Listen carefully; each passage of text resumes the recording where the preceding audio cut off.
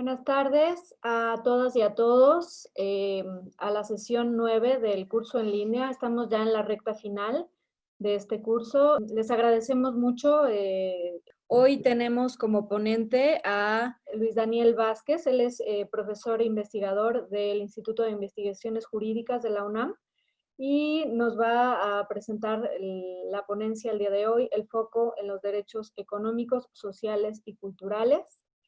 Sin más, les recuerdo la dinámica. En todo momento les pedimos, por favor, tener sus micrófonos y sus cámaras apagadas. Luis Daniel tendrá una exposición de 1 hora, hora y 20 aproximadamente, y en la última parte de la sesión iniciaremos el debate de preguntas y respuestas. Les pedimos poner todos sus comentarios y preguntas en el chat del lado derecho para que Jacobo haga una integración y pueda tener esta comunicación con Luis Daniel. Sin más, les agradecemos nuevamente y Jacobo está aquí para presentar.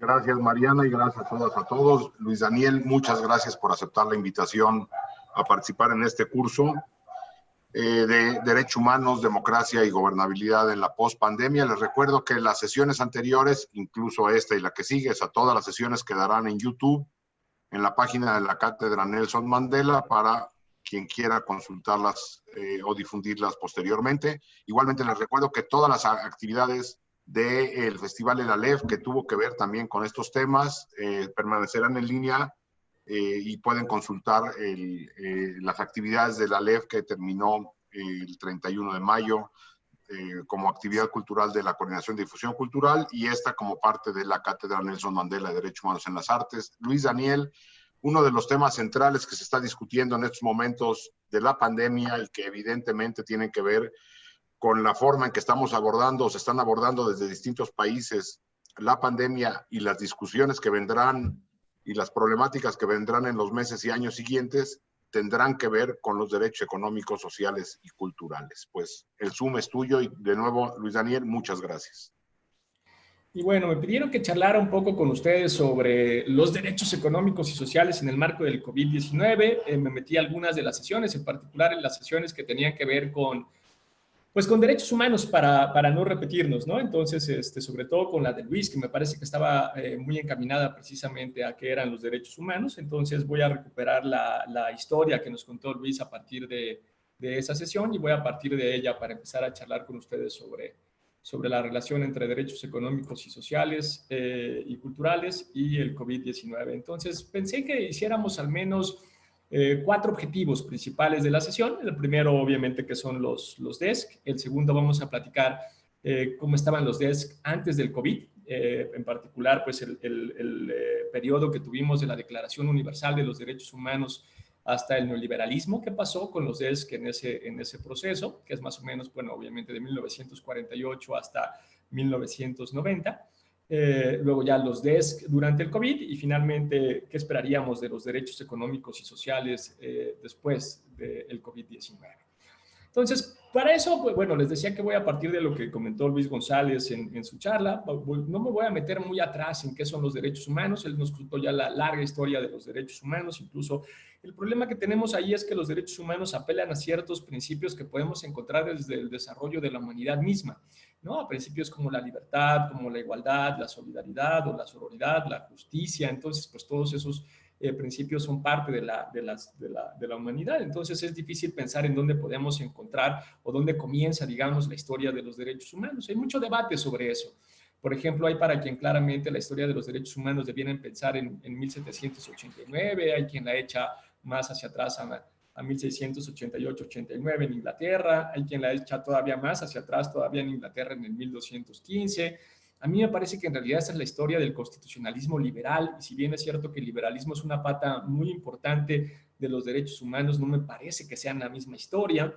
Entonces, normalmente para hacerlo más sencillo, yo parto de, tal como entendemos de forma contemporánea los derechos humanos, entonces parto de la Declaración Universal, de 1948, y también para hacerlo de forma muy resumida y para entrar muy rápido, digo, yo entiendo que podemos hacerlo desde distintos lugares, ¿no? Discutir a los derechos humanos desde, pues, justo la historia, desde la sociología, desde la antropología, incluso desde la construcción de discursos. Los derechos son mucho más que normas, son muchas otras cosas, Pero para hacerlo de forma muy rápida y muy resumida, diré que bueno, los derechos humanos es el conjunto de derechos que se encuentra primero en la Declaración Universal de los Derechos Humanos y que después a lo largo de los siguientes décadas fue codificado en lo que se conoce como el derecho internacional de los derechos humanos, tanto en el sistema universal, es decir, en la Declaración Universal, pero también en los pactos y en los tratados y convenciones que se firmaron después de esa Declaración Universal, como en los sistemas regionales, ¿no? En el sistema interamericano en específico, que es el que a nosotros nos interesa, pero no solo el sistema interamericano como único sistema regional, sino también en el sistema europeo y en el sistema también africano. Entonces, en forma muy breve, muy rápida, tal vez en términos muy jurídicos, para mí los derechos humanos, o en esta charla, lo que importa de los derechos humanos es eso. Y los derechos humanos arrancan ahí, ¿no? En la Declaración Universal de los Derechos Humanos. Lo segundo relevante sería en específico qué son precisamente los DESC, ¿no? Entonces, lo que tenemos es un conjunto de derechos establecidos en diversos documentos, la mayoría de ellos vinculantes, algunas declaraciones, pero la mayoría de ellos se trata de documentos internacionales vinculantes. Y dentro de esos documentos tenemos varios conjuntos de derechos, 5 en particular, ¿no? Tenemos a los derechos civiles, también a los políticos, justamente a los económicos sociales, a los culturales y también a los ambientales. El hecho de que tengamos varios conjuntos de derechos no quiere decir que haya unos más importantes que otros, ni tampoco que exista prioridad, jerarquía o alguna cosa semejante entre este tipo de derechos. No es así. Tenemos ya 2 principios muy claros, los principios de indivisibilidad e interdependencia. Esos 2 principios ya se encuentran en la Constitución mexicana a partir de la de la reforma constitucional del 2011. Tenemos ya en el párrafo tercero del artículo primero constitucional una serie de obligaciones y principios, 2 de ellos es la indivisibilidad y la interdependencia. Y también ya muy atrás y muy lejos ha quedado el debate sobre la jerarquía de derechos que tuvimos a partir del desarrollo del derecho internacional de los derechos humanos en un mundo bipolar. En ese mundo bipolar, para el bloque capitalista, los derechos verdaderos eran los derechos civiles y políticos. Hasta la fecha, la palabra human rights en Estados Unidos no incluye a los derechos económicos y sociales, sino únicamente a los civiles y políticos. Y para el bloque socialista, los derechos más importantes o los verdaderos derechos humanos eran los económicos y sociales, ¿no? Entonces, en ese mundo bipolar, por ahí tenemos algún lío, ¿sí se oye? Sí, creo que nada más abrió algún micrófono. Bueno, les decía que tenemos esa historia dividida en una lógica bipolar y a partir de esa bipolaridad es que teníamos el desarrollo de los derechos en cada uno de los distintos bloques. Por eso no es casualidad que pese a que tenemos una sola declaración, la Declaración Universal de 1948, pues en realidad tenemos después 2 pactos, ¿no? Y además a partir de la forma en que se codificaron, pareciera, pero no es así, pareciera que tenemos también 2 naturalezas, digamos, jurídicas distintas de estos derechos, los civiles y políticos por un lado, los económicos y sociales por el otro. Afortunadamente, actualmente yo creo que ya tenemos muchos documentos y mucho desarrollo, tal vez Víctor Abramovich y Christian Curtis son los 2 principales autores, que nos permiten saber que en realidad, pues esto que decía yo hace un rato, no hay jerarquías de derechos, no hay prioridades entre derechos y de hecho tampoco hay estas naturalezas jurídicas. Todos los derechos tienen las mismas obligaciones, todos los derechos implican obligaciones de respetar, de garantizar, de proteger y de promover. Todos los derechos suponen acciones en consecuencia y también suponen omisiones por parte del Estado. Y todos los derechos suponen también, por supuesto, pues muchísimo presupuesto y muchísima política pública. En el caso de los civiles y políticos, basta compensar todo el gasto que hemos hecho en seguridad en los últimos años para saber que supone un presupuesto muy importante y ni qué decir, por ejemplo, de la organización de las elecciones para saber que los derechos políticos también cuestan y cuestan mucho, ¿no? Entonces, bueno, eso un poco para hablar dónde se encuentran los derechos económicos y sociales. Bueno, pues son uno de los conjuntos de los derechos humanos. El hecho de que sea uno de los conjuntos de los derechos humanos no quiere decir que haya jerarquías entre ellos ni mayor importancia para algunos de ellos. Tenemos esos principios de indivisibilidad e interdependencia. En realidad, la relación que encontramos entre los derechos económicos y sociales básicamente es la misma relación que encontraríamos, relación tensa, pero también complementaria, que hay entre los principios de libertad e igualdad, ¿no? Entonces, justamente por eso es que los 2 son tan importantes, porque de alguna manera nos están hablando de estos 2 grandes principios, libertad e igualdad. Ahora, ¿cuáles específicamente serían esos derechos económicos y sociales?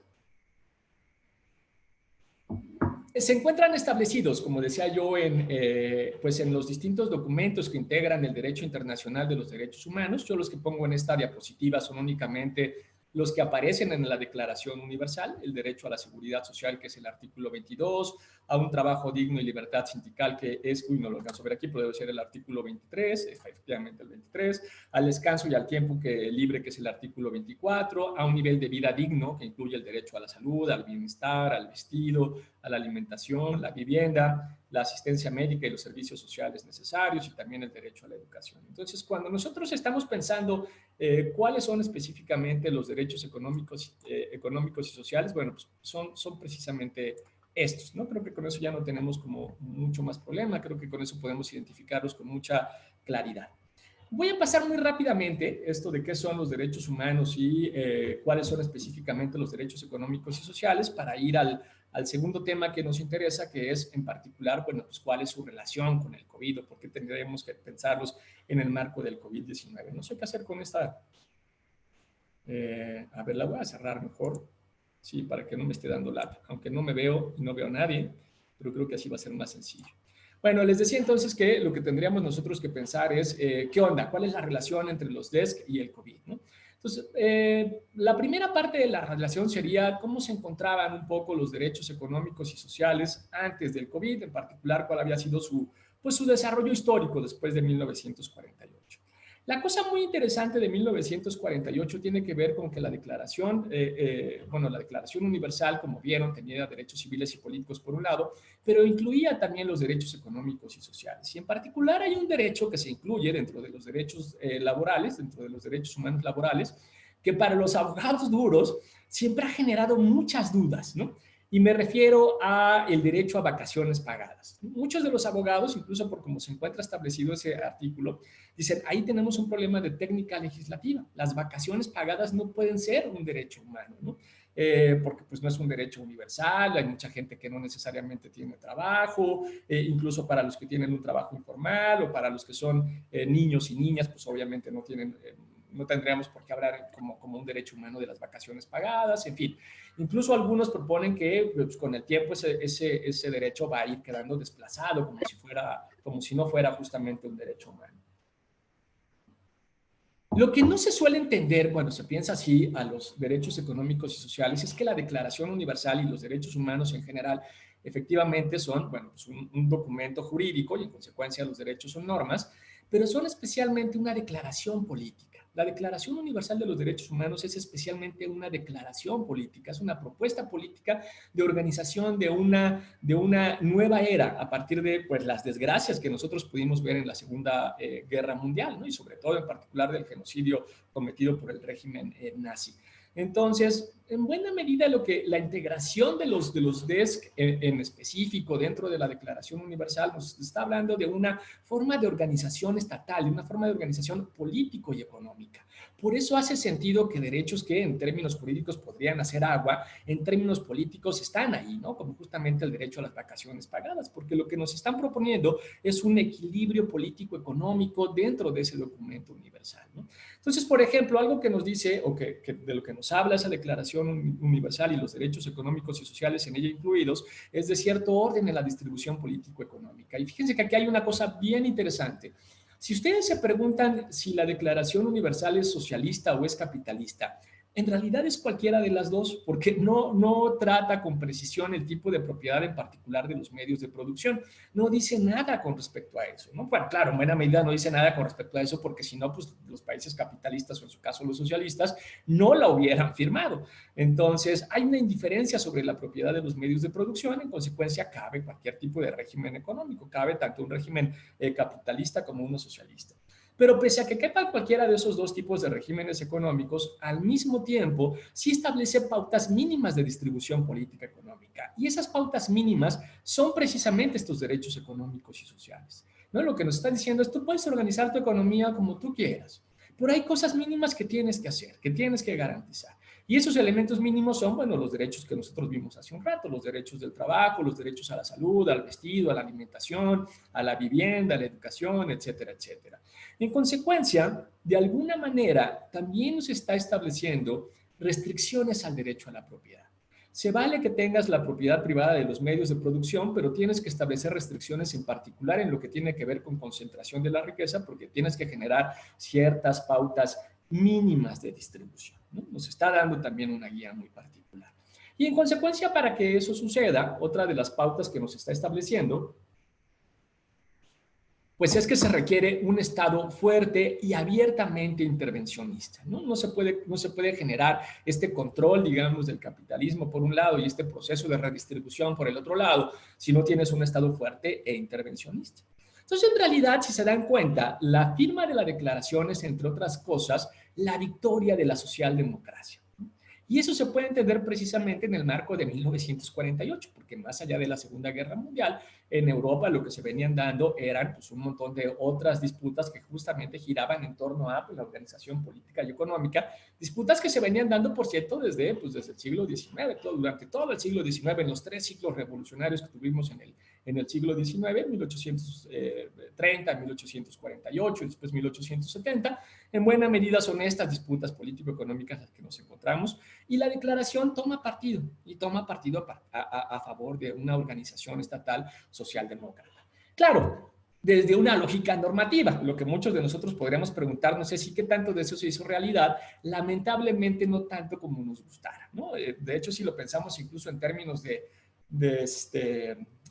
nada más porque ya es hora. Yo creo que nos podemos relajar un poco. Yo espero que algunos de ustedes ya tengan por ahí un vino o una cerveza. Si nos pusiéramos a pensar a la humanidad desde, yo qué sé, desde Sócrates a la fecha, es decir, más o menos desde hace unos 2600 años, del 500, del 600 antes de Cristo a la fecha, la realidad es que el mundo siempre ha sido bastante jodido, ¿no? En términos justamente de sufrimiento por un lado, de distribución de la riqueza por otro lado, incluso, bueno, obviamente de esclavitud, de desconocimiento de personas o tratamiento de personas como si fueran cosas, y no me refiero solo a los esclavos, sino también, por supuesto, a las mujeres y en algunos casos hasta a los extranjeros.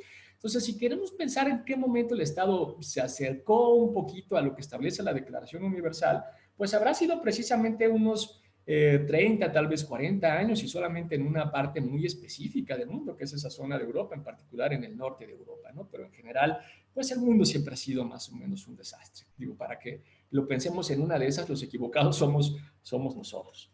Pero pese a que el mundo siempre ha sido un desastre, por lo menos en ese momento, en ese 1948, la Declaración Universal es una propuesta radical de un nuevo orden político y de un nuevo orden económico.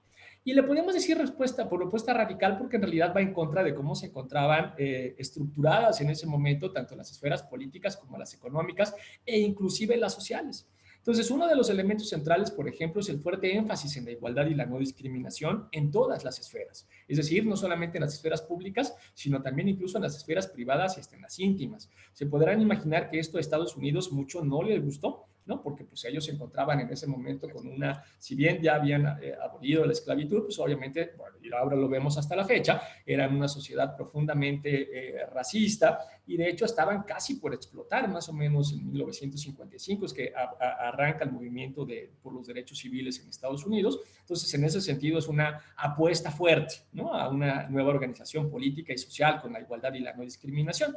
Al mismo tiempo, establecer derechos como el de autodeterminación de los pueblos, pues no era algo que gustara sobre todo a los países colonialistas, que todavía lo había en 1948. En ese momento, muchos de los países europeos todavía tenían colonias tanto en África como en Asia. Entonces, eso tampoco gustaba, también era una propuesta radical del nuevo orden social.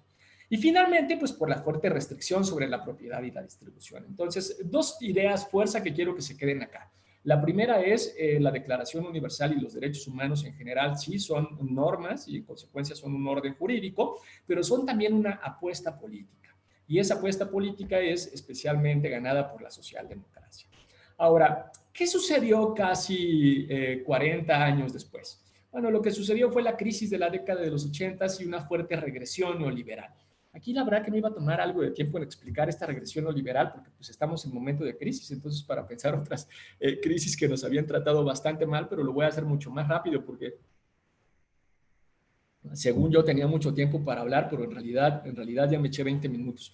Bueno, Las crisis de las décadas de los 80 se caracterizan por un alto nivel de desinversión. Lo que tuvimos en esas crisis fue que no podíamos arrancar el circuito o el círculo de inversión. En consecuencia, el grave problema que teníamos es que pues, obviamente teníamos problemas de crecimiento económico. Entonces, frente a ese problema de crecimiento económico por un lado y a partir de que el crecimiento se echaba a andar a través de mucho de actividades intervencionistas estatales, pues también empezamos a tener un fuerte problema de deuda, ¿no?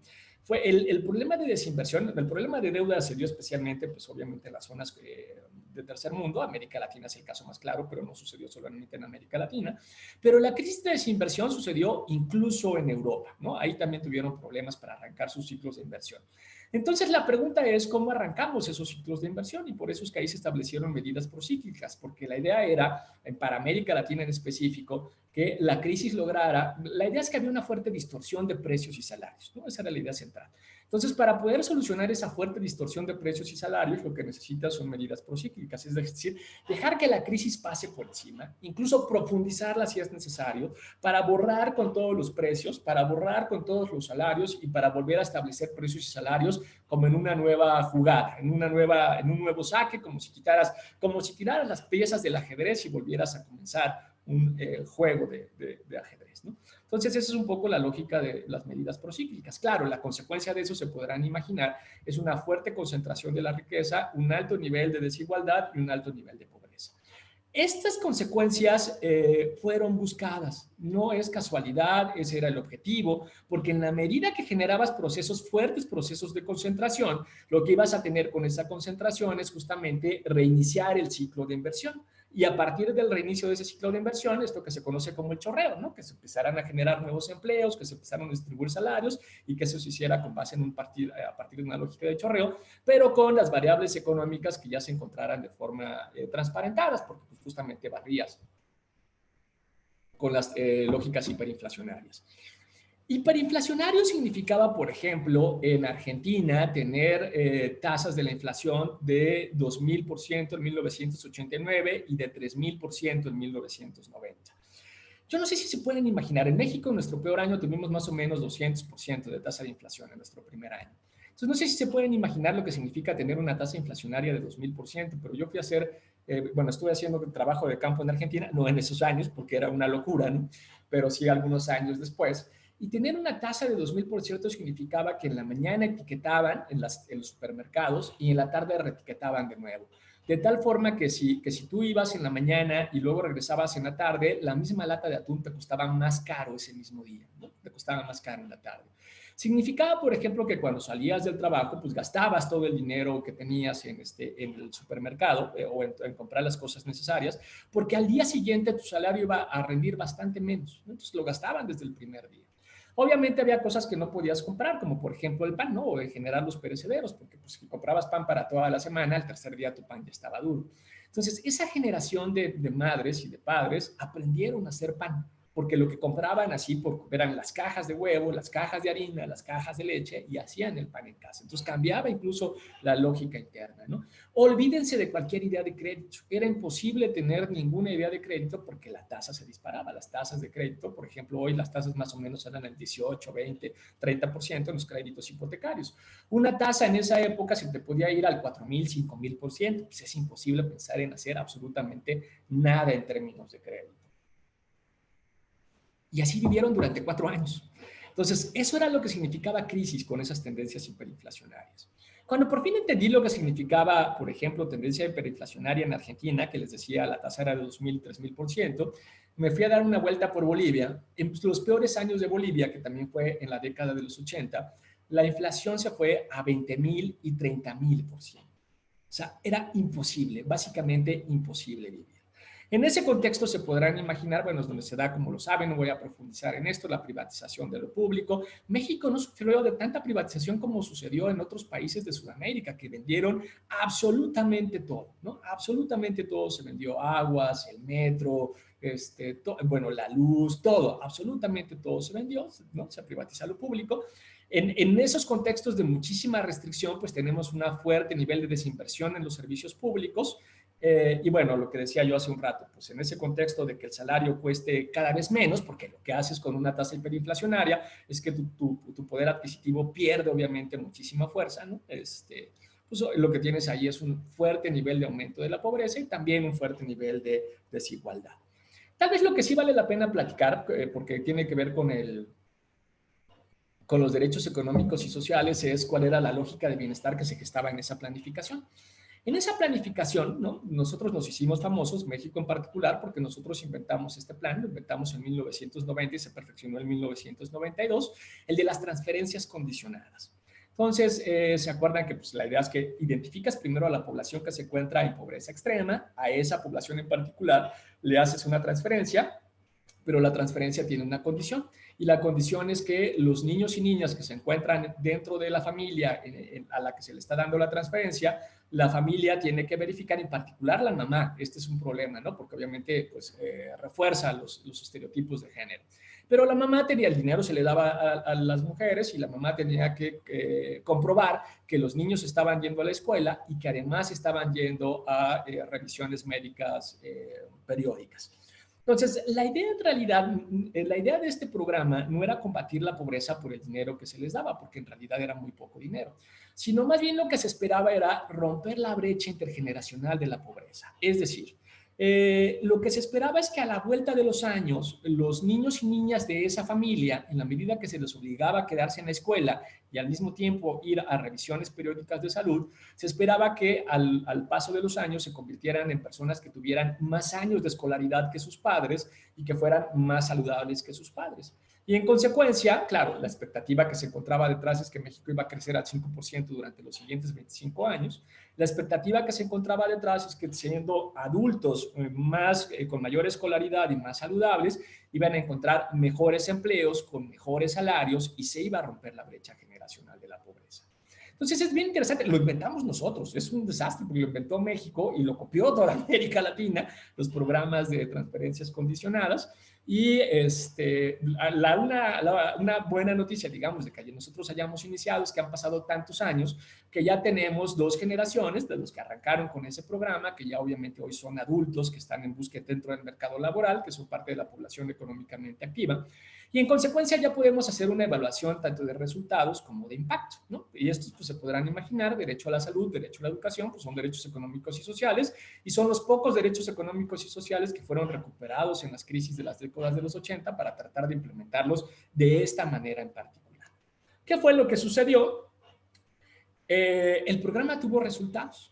Efectivamente, los niños y niñas de esas primeras 2 generaciones son ahora adultos que tienen más años de escolaridad que sus padres y que son también más saludables. Sin embargo, tuvo resultados, pero no tuvo impacto, ¿no? Esos niños y niñas ahora más educados o más bien con más años de escolaridad y más saludables, siguen siendo pobres, ¿no? Entonces, claro, el problema son varios. Uno de ellos es que, pues, aunque aumentaron sus años de escolaridad, nuestra brecha salarial es altísima. Antes era en licenciatura, ahora incluso se fue al posgrado. Es decir, tener un aumento fuerte en tu ingreso tiene que ver con no aumentar los 4 o 5 años de escolaridad que aumentaron estos niños y niñas, sino haber aumentado por lo menos unos 15 años para tener ese brinco importante en la brecha salarial, y eso evidentemente no sucedió. Además, tampoco crecimos al 5%, por lo que no se crearon esos empleos, esa mayor cantidad de empleos con mejores salarios. De tal forma que ahora pues nosotros tenemos afortunadamente pues migrantes, digamos, más educados y más saludables, tenemos desempleados más educados y más saludables, pero así es como se pensaban los derechos económicos y sociales. Entonces, la propuesta política que nosotros teníamos, digamos, en ese 1948 de la Declaración Universal, pues no solamente no se cumplió, sino que con las crisis de los 80 se fue bastante atrás, ¿no? Tuvimos un fuerte proceso de regresión de los derechos económicos y sociales. Los únicos 2 derechos que se recuperaron fueron básicamente el de salud y el de educación, y se recuperaron únicamente en los términos que acabo de comentar hace un rato. El resto de los derechos lamentablemente no ha tenido un desarrollo tan importante. Entonces, teniendo ese punto de partida, la pregunta específica es ahora sí, en el 2020, en México en específico, dónde y cómo nos encontramos. Entonces, bueno, pues esto lo vamos a pasar con mucha facilidad. Voy a empezar con el derecho a la salud. Aquí tenemos un problema. El Coneval, que ustedes lo conocen, es el Consejo Nacional de Evaluación de la Política Social, tiene ya una construcción de la pobreza, que además es una construcción multidimensional del análisis de la pobreza, por suerte desde hace varios años, y en consecuencia más o menos podemos hacernos una idea de cómo se han desarrollado los derechos.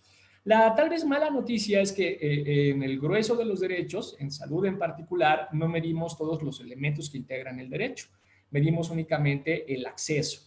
Y entonces en el acceso pues ha venido mejorando, como se ve en el promedio, en esta tabla, en el promedio que se encuentra hasta abajo en la última fila, pasamos de tener en el 2010 un 29% de la población que no tenía acceso a los derechos de salud a un 15% en el 2016. Es decir, cada vez tenemos mayor acceso a la salud.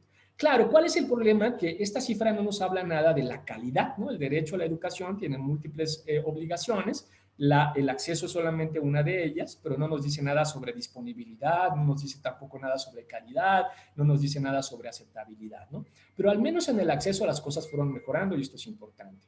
Una segunda cosa interesante sobre el acceso es que fue en las entidades federativas más pobres en donde más aumentó el acceso a la salud, ¿no? Entonces, si lo miramos, por ejemplo, esta es la medición del 2016, hay una nueva medición en el 2018, pero ya no me dio tiempo de hacer la gráfica de esos datos. No son las entidades más pobres las que tienen la población con la mayor cantidad de personas que no tienen acceso. Las personas que no tienen acceso se encuentran, como se ve en la gráfica, en Michoacán en primer lugar, y después le sigue la Ciudad de México, bueno, ya ahora sí Veracruz, que sí es una entidad federativa con un alto nivel de pobreza, Quintana Roo, Jalisco, Puebla, Baja California.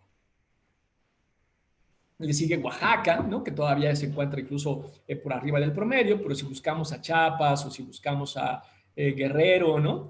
Vemos que incluso se encuentran más o menos por el centro de la tabla. Entonces, la otra buena noticia tal vez es que ahí donde se hizo mucho trabajo para que hubiera un mayor acceso a la salud, las entidades más pobres mejoraron un montón. Reitero, no estoy diciendo nada de calidad, no estoy diciendo nada de disponibilidad. Simplemente es, por ejemplo, que se hizo el Seguro Popular y entonces entró un montón de gente al Seguro Popular, o que están en el IMSS, o que están en el ISSSTE, o que se encuentran en otro tipo de atención específica y en consecuencia pues tienen acceso.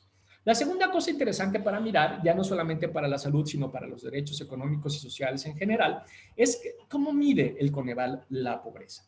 Les decía que es una medida multidimensional, ¿no? Aquí lo podemos ver con mucha claridad. Entonces, lo primero que tenemos son ingresos. Y en particular, a partir de los ingresos, uno de los derechos que se identifica es el de la alimentación. Se construye una canasta básica y una canasta básica ampliada. Y aquellos que tienen un ingreso por debajo de la canasta básica, pues no solamente se les considera pobres, sino que además, obviamente, se les considera pobres alimentarios, ¿no? Entonces, aquí tenemos las líneas, por ejemplo, estas sí son las líneas de Mayo para la pobreza extrema, que son las donde se ve el amarillo y el naranja, donde termina el naranja y comienza el amarillo, ahí es la pobreza extrema, y vemos que, por ejemplo, la canasta básica rural de pobreza extrema está en 1,042 pesos y la urbana está en 1,472, es decir, tienen de verdad un ingreso muy bajo para ser considerados pobres. Pobres extremos. Luego, para ser considerados pobres, que es la siguiente línea, pues creo que pueden ver mi cursor, ¿no? Es esta línea de acá. Entonces, aquí empieza la pobreza, que no es pobreza extrema, sino simplemente pobreza o pobreza moderada. Y, de nuevo, los ingresos son bien bajos, 2,946 en la urbana, 1,902 pesos en la rural. Pero la otra cosa relevante es que no basta con ganar poco para ser pobre, además tienes que tener alguna carencia social. Lo que el Coneval midió también son estos 6 derechos que vemos aquí abajo, ¿no? Bueno, no los vemos, sino que nada más vemos del 1 al 6. ¿Cuáles son los derechos que midió? Bueno, ya vimos uno, que es el acceso a la salud, pero también midió acceso a la vivienda, calidad de la vivienda, seguridad social, bueno, el derecho a la alimentación que mencionaba hace un rato, y el rezago educativo. Y para ser pobre, lo que necesitamos es ganar menos de esta canasta básica y además tener alguna carencia social, ¿no? Entonces, a las personas que tienen al menos una carencia social y un ingreso tan bajo como estos, se les considera pobres. Esto es un punto importante porque puede haber personas que sigan teniendo carencias sociales, pero que tengan un ingreso superior al 2,946 o a 1,902. Entonces, aquellas personas que ganan, por ejemplo, 3,000 pesos, pues ya no se les considera pobres. Porque ganan un poquito más, ¿no? De lo que se establece acá. Entonces, como ganas 3,000 pesos, pues ya no eres pobre.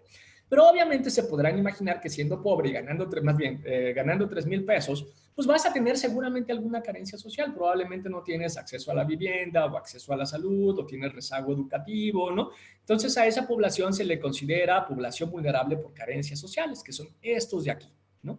Estos que se ven acá son las personas pobres por carencias sociales. Ahora, ¿por qué hago todo este desarrollo? Pues un poco para explicar cómo se encontraban los derechos económicos y sociales antes del COVID en México. Para poder saberlo, nosotros lo que tenemos que hacer es sumar a las personas que se consideran pobres, que son todos estos 52.4 millones de personas, con las personas que tienen una carencia social, que son estos 36.7 millones de personas. Es decir, acá está en azul, a 97.7 millones de personas en México en el 2018 se les violaba al menos un derecho económico y social. Casi 98 millones de personas en México todos los días sufren de violaciones de derechos económicos y sociales. Así nos recibió el COVID. Tomen en cuenta que nosotros somos 124 millones de mexicanos, entonces 97 o 98 millones, para redondearlo, pues es un montón, son 2/3 partes prácticamente más aún incluso que 2/3 partes del total de los mexicanos, ¿no? Entonces la violación a derechos económicos y sociales en México es masiva, ¿no? Se trata de una violación masiva de derechos económicos y sociales. Y la mala noticia es que esto pues va a empeorar, primero con el COVID y sobre todo después del COVID por la crisis que se viene justamente relacionada con el COVID.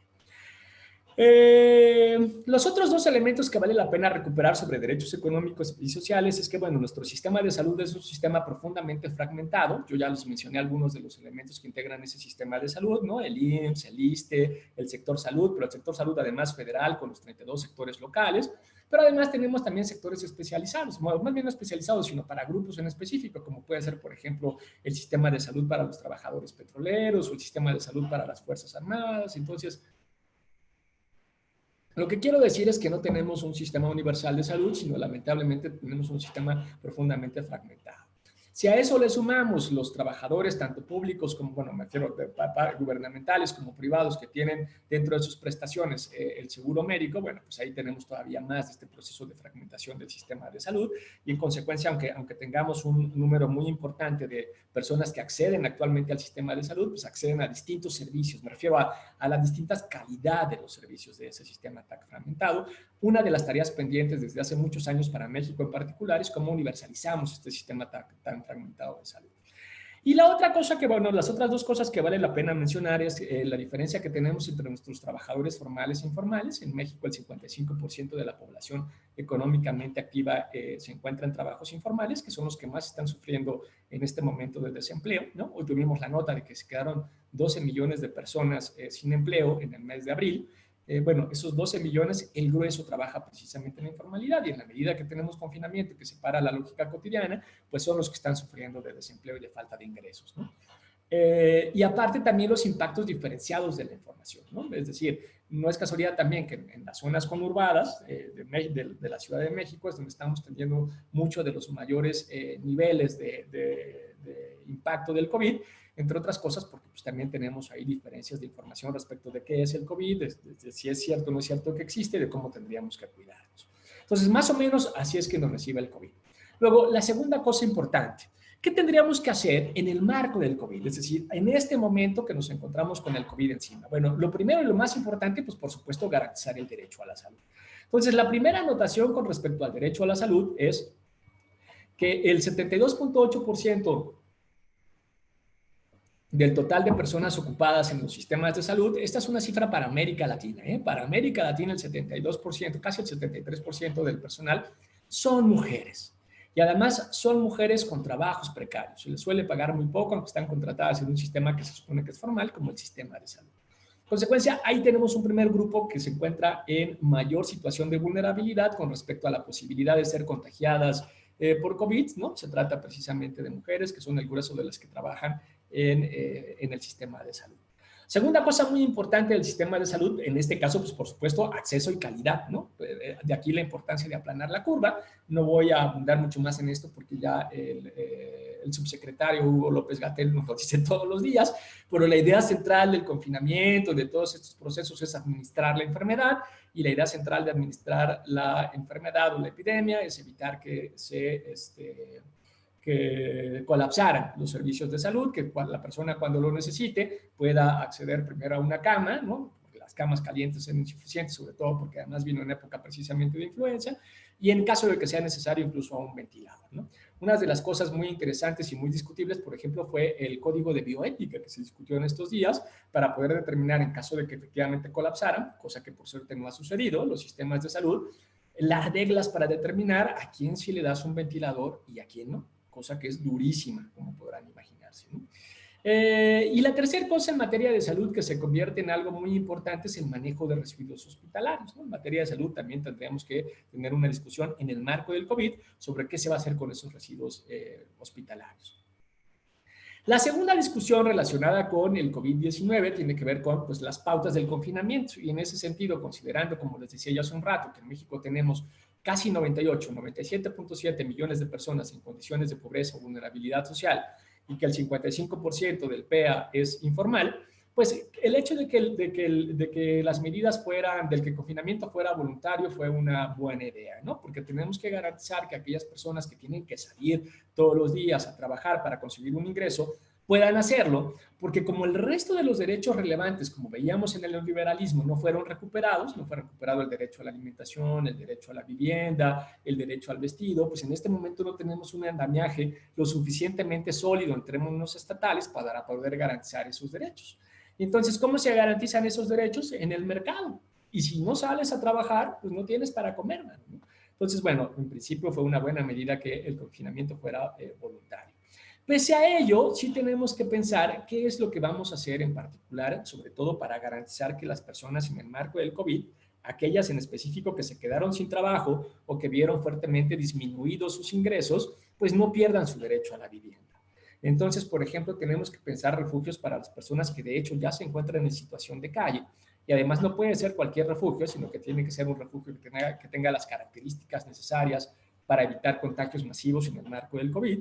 Tenemos que pensar también medidas para los arrendamientos, ¿no? Pensar tal vez el congelamiento durante 2 o 3 meses de las rentas o una posible disminución, o al menos empujar a través de alguna política que haya un acuerdo voluntario entre el arrendador y el arrendatario para evitar que las personas pierdan la vivienda en este momento, en particular aquellos que van a ver pues mermados sus ingresos en el marco del COVID. En el caso de que ya hubiera desahucios, también pensar cómo vamos a aplazar esos desahucios, ¿no? Suponiendo que ya hubiera un juicio y que ya estuviera el desahucio decretado, pues evitar que suceda por lo menos en los próximos meses para que las personas afectadas por COVID no pierdan, o sus ingresos que se vieron afectados en el marco del COVID no pierdan su vivienda, y también una moratoria de hipotecas, ¿no? Eso en cuanto a la vivienda. Y luego habría 2 derechos más que tenemos que problematizar, aunque son de más difícil solución. Uno de ellos es el acceso al agua, y de la mano del acceso al agua el saneamiento, porque una de las medidas que nos dijeron sistemáticamente, que había anuncios cada vez más graciosos sobre el tiempo que te tenías que lavar las manos y cuál era la canción que tenías que cantar. Yo vivo en Iztapalapa.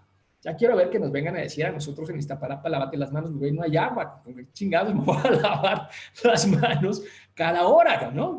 Y hablo de Iztapalapa por no decir cualquier otra zona rural, alejada en algún lugar que no tiene acceso al agua. Entonces, es algo que tenemos que problematizar, pero al mismo tiempo que es de difícil solución. En algunos casos la solución será aumentar, obviamente, el acceso al agua a través de pipas, pero en algunos otros, como estas zonas rurales muy alejadas, pues eso se hace bastante más complicado, ¿no? En el marco del COVID. Y el otro tiene que ver servicios en general, en particular el servicio del Internet, porque nos están diciendo que hagamos nuestro trabajo de forma confinada, para eso necesitamos tener un buen servicio de Internet, y entre otras cosas, algo que necesitamos es que los proveedores no se aprovechen para subir en este momento los precios del servicio. Esto no es algo que pues, yo, que soy mal pensado, ¿no? que creo que los empresarios son unos diablos, pero que es algo que no va a suceder. Esto sucedió en España, ¿no? Los empresarios que se cargan de la distribución del Internet vieron que obviamente había una mucha mayor demanda en estos momentos y aprovecharon para intentar subir las tarifas, y justamente fueron detenidas por la acción del gobierno. Entonces, estos son algunos de los derechos económicos y sociales que tendríamos que cuidar en el marco del COVID. Y el tercero sería cuáles serían los derechos económicos y sociales relacionados en el marco del confinamiento, o sobre todo del desconfinamiento, que es en el que ahora nos encontramos, ¿no? En nuestra nueva normalidad, digamos, ¿no? Entonces, lo primero es algo que afortunadamente sí se está haciendo, que es que tiene que ser algo progresivo a partir de análisis georreferenciados. Claro, se está haciendo con muchos problemas, con muchos líos de información, con problemas sobre todo de frontera, en el sentido de que pues, si tienes un municipio que está en un color y otro municipio, el de al lado que se encuentra en otro, pues obviamente en las fronteras de esos dos municipios es muy difícil pensar cómo se va a abrir, pero tiene que ser algo progresivo, georreferenciado, con reglas claras, pero sobre todo, y esta es la parte segura, digo la parte importante, sobre todo con la capacidad de generar ambientes seguros, ¿no? Porque en algún momento nosotros vamos a tener que ejercer varios derechos, muchos de ellos económicos y sociales.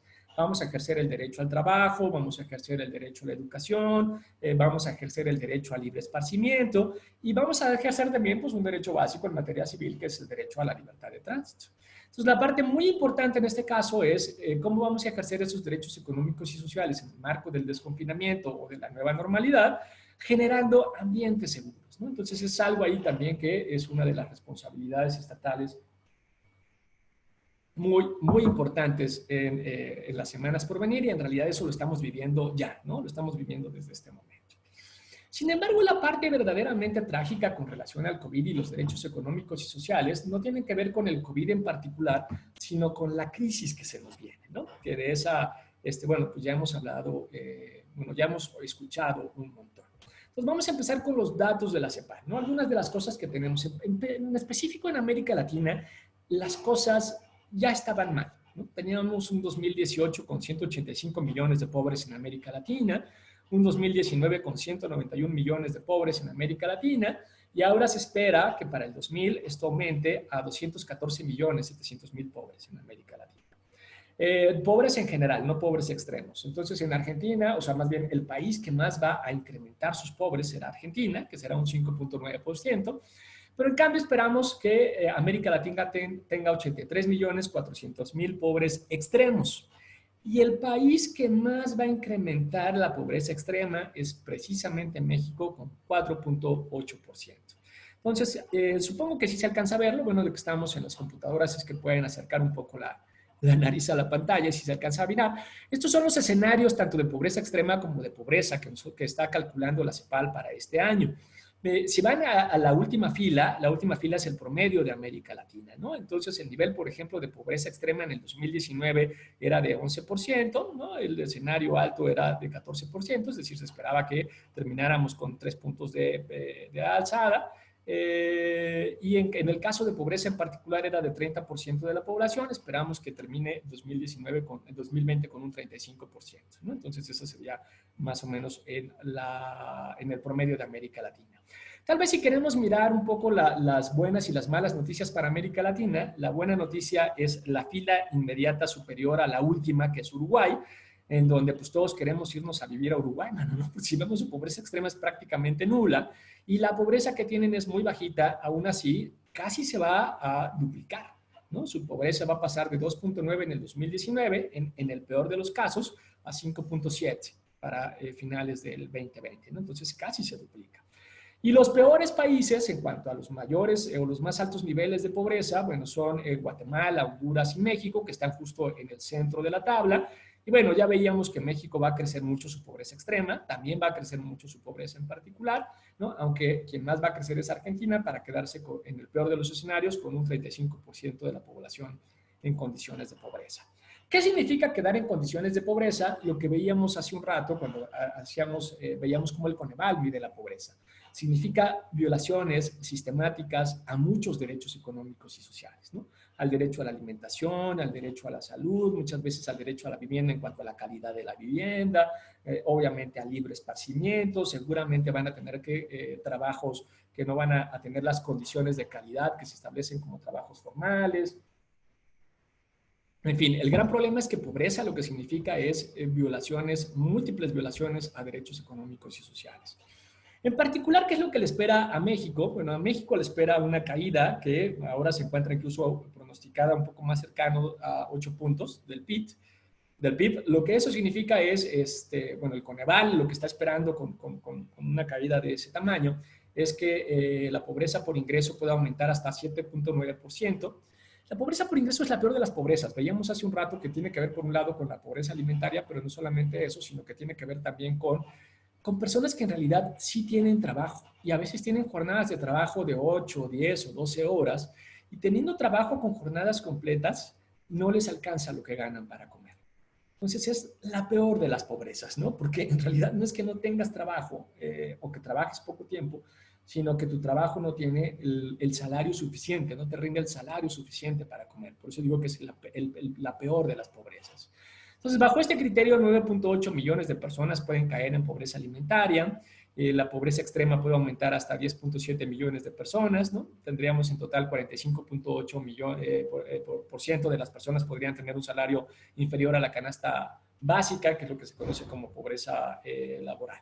Y en particular se espera que las afectaciones de la crisis afecten mucho más a las ciudades que a las áreas rurales. La segunda parte es qué hacemos. En este marco de crisis, ¿qué es lo que podríamos todavía alcanzar a solucionar? Porque además, si bien el COVID, digamos, se va a tratar de estabilizar y normalizar en los próximos meses, la crisis en realidad nos va a durar, bueno, todo lo que resta del año. La segunda mitad del año va a ser muy complicada, pero se va a alargar seguramente también la primera mitad del próximo año, ¿no? Entonces, que nos queda un año de crisis económica y eso vamos a ver qué tan rápida puede ser, digamos, el cambio el punto de flexibilidad, de inflexión de la línea de crecimiento económico. Entonces, lo que nosotros necesitaríamos garantizar, lo que el Estado necesitaría garantizar, son al menos los núcleos de ciertos derechos básicos. Dos que quedaron profundamente olvidados en el marco neoliberal, ¿no? Tendríamos que garantizar, por ejemplo, el derecho a la vivienda, al menos los elementos básicos del derecho a la vivienda y también los elementos básicos del derecho a la alimentación. Ahí nosotros tendríamos que empezar a trabajar mucho sobre cómo les vamos a garantizar esos derechos a las personas que van a caer en pobreza, como veíamos hace un rato, o peor aún, en pobreza extrema. Aunado a eso, por supuesto, tenemos que mantener, digamos, la línea sobre el derecho a la salud, que la persona que lo necesite pues, pueda acceder a los servicios de salud en el momento que los requiera, y también pensar cómo vamos a fortalecer el derecho de acceso al agua, sobre todo porque, pues, obviamente, hasta tanto no tengamos una vacuna o alguna paliativo para el coronavirus, COVID-19, pues vamos a seguir teniendo estos problemas de salud y estas necesidades de acceso al agua y saneamiento para tener algunos mecanismos de cuidado, ¿no? Además, tenemos que pensar en cómo vamos a atender en particular a ciertos grupos en situación de vulnerabilidad, por supuesto niños y niñas, por supuesto mujeres, por supuesto adultos mayores, pero en el caso de, como se trata de una crisis económica, pues en el caso de México, pues a 98 millones de personas que antes de que esto empezara ya estaban en condiciones, digamos, de vulnerabilidad social. Entonces, el lío es que tenemos que pensar en medidas que logren abarcar pues, al grueso del país. Reitero, nosotros tenemos 124 millones de habitantes, 97, 98 millones pues son la mayoría. Entonces, en realidad, las medidas que son normalmente las más aceptables, digamos, para este tipo de problemáticas, perdón, es mi perro que decidió que él también está en contra de la pobreza. Es un ingreso básico universal de emergencia, por lo menos un ingreso básico universal para el momento más complicado para la crisis, que de hecho el momento era en estos meses, o sea, ese ingreso se tuvo que haber dado en estos meses porque, por ejemplo, abril y seguramente mayo, que es cuando el momento más duro del confinamiento, nuestra caída del PIB debe haber sido como de 20 puntos, cosa que es totalmente entendible, que en ese momento se caiga el PIB 20 puntos, pues está todo parado, no hay turismo, no hay servicios, el PIB se te desploma, y como se desploma el PIB, pues pasa lo que nosotros nos acabamos de enterar el día de hoy. Tenemos a 12 millones de personas que no tuvieron ningún ingreso durante todo abril, ¿no? Entonces, en ese mes, en el mes de abril, en el mes de mayo, ya era necesario echar a andar este ingreso básico universal de emergencia y mantenerlo por lo menos durante 3, tal vez 4 meses, ¿no? ¿Por qué un ingreso básico universal de emergencia para México, además en específico? Bueno, porque como la crisis es tan generalizada, ni siquiera tiene sentido intentar hacer el censo, ¿no? Intentar identificar dónde están los 24 millones de personas que no lo necesitan. Vamos a gastar tiempo y dinero de forma innecesaria, porque en realidad el grueso de la población es la que necesita ese ingreso básico universal que podría ser de emergencia, independientemente de que después pudiéramos discutir el hecho de mantenerlo, ¿no? Que no es una mala idea tener un ingreso básico universal. Eso por lo menos para las primeras meses. Y después, para tal vez ya la primera mitad del año entrante, también pensar en un seguro de desempleo. ¿Para qué? Pues para que este sí fuera un poco más sectorizado, digamos, para las personas específicamente que lo necesiten, que no van a ser pocos, va a ser casi el 50% de la población económicamente activa, pero digamos que se tengan un poco más de capacidad económica con respecto a lo del ingreso básico universal, que se le tendría que dar a todas las familias. Aquí no se le tendría que dar a todas las familias el seguro de desempleo, sino únicamente al 50%, y podríamos pensar en un seguro de desempleo de por lo menos 6 meses. Lamentablemente, estas medidas no están siendo discutidas por el gobierno, aunque el ingreso básico universal de emergencia sí está puesto sobre la mesa por una parte de la clase política, pero se antoja muy complicado que se animen a tomarlo. Ellos decidieron apostar por programas un poco más fragmentados. Cosa que en principio puede ser no el mejor tino, porque en México nosotros tenemos alrededor de 3.500 programas sociales, si analizamos los programas a nivel federal, estatal y municipal. Entonces, el gran problema de tener 3.500 programas sociales, como se podrán imaginar, es que pues, tenemos empalmes, ¿no? No se encuentran bien diseñados, no hay evaluaciones, ¿no? Entonces, es un poco un desastre. Por eso podríamos barrer con esa muy mala política social y pensar en una política un poco más universal, sobre todo en este momento. Bueno, y el último de los puntos, pero mira, ya son las 6 y entonces afortunadamente ya no me va a dar tiempo, Jacobo, compañeros, compañeras, es que en la reunión con Luis, yo dije que iba a tratar de ponerme optimista en esta sesión y justamente decir por qué si había futuro, que ese es el punto 4.3, ¿no? El de si hay futuro o no hay futuro. Pero bueno, se me acabó el tiempo, entonces voy a parar por aquí y más bien si quieren charlamos y escucho sus preguntas y respuestas.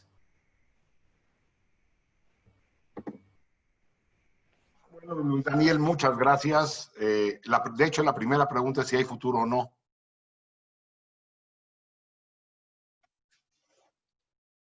¿En serio, Luis Daniel? ¿Y cómo hacemos? ¿Quieres decirme 2 o 3 preguntas? Empezamos. Sí, a ver, la primera es esa, ¿no? ¿Hay futuro o no hay futuro? Siguiente. Sí. Los programas de transferencias condicionadas de las que hablaste, ¿violentaban derechos o no? Es decir, al vincular acciones que tiene que hacer la persona que recibe la transferencia para poder acceder a estos ejercicios de derechos, ¿se está menoscabando el derecho o no? Y particularmente el de las mujeres. Y otro que hago un anuncio, Luis Daniel tiene una investigación hecha importante en este tema, ¿cómo impacta la corrupción en estos derechos? Claro, claro. A ver, si quieres arranquemos con esas 3, porque son, con esas 3 ya es bastante complicado. Para que no se me olvide, porque ahorita pongo la diapositiva de lo de si hay futuro o no hay futuro, vamos con lo último, vamos con la de la corrupción. La corrupción es muy problemática. Efectivamente, tengo desde el 2014, desde el 2014 arranqué una agenda de investigación que vinculaba los derechos económicos y sociales, más bien vinculaba la corrupción y la impunidad con todos los derechos humanos, económicos, sociales, civiles, políticos, cómo la corrupción y la impunidad impactan, ¿no?, en los derechos humanos. No es casualidad que ha sido en 2014, ¿no? Pues obviamente estamos hablando de los 43 estudiantes desaparecidos de Ayotzinapa, estamos hablando de la Casa Blanca, además en el 2015, en una borrachera, que es donde siempre pasan estas cosas, nos juntamos varios activistas de derechos humanos, ¿no? Y entonces estábamos platicando, no, pues, ¿tú qué tienes? No, pues yo tengo un caso de feminicidio. ¿Y dónde está? Pues atorado en la fiscalía, ¿no? Y tú, no, pues yo tengo un caso de una mina que está contaminando una comunidad indígena. ¿Y dónde está atorado? No, pues en la fiscalía. Y tú, no, pues un caso de tortura. ¿Y dónde está atorado? En la fiscalía. Entonces, güey, el problema es la fiscalía, cabrón, ¿no? Tenemos que pensar cómo echar a andar nuestro sistema de justicia. El problema es justamente la impunidad y el problema es la corrupción. Y en ese año se acordarán, en el 2015, que obviamente la agenda se hizo muy importante, la agenda anticorrupción y la agenda antiimpunidad. Incluso hubo un evento que se llamaba la Sociedad Civil Responde 2020, que eran propuestas tanto para combatir la corrupción como para combatir la impunidad y en ese sentido, pues mejorar la protección y la garantía o el ejercicio de los derechos humanos. Entonces, en ese marco es que yo empecé a desarrollar esta investigación sobre corrupción y violaciones a derechos humanos. Entonces, lo primero importante es que la corrupción no existe la corrupción, sino que existen las corrupciones, ¿no? Son múltiples distintos fenómenos sobre corrupción. Una cosa es el soborno, otra cosa distinta es la extorsión, otra cosa es la captura estatal, algo diferente son las licitaciones amañadas, otra cosa distinta es la puerta giratoria, otra cosa diferente es la prevaricación, en fin, el nepotismo. Entonces, en la medida que existen las corrupciones, tampoco existe únicamente una relación entre corrupción y violaciones a derechos humanos, sino que cada una de esas distintas corrupciones impacta de forma diferenciada en los derechos humanos, ¿no?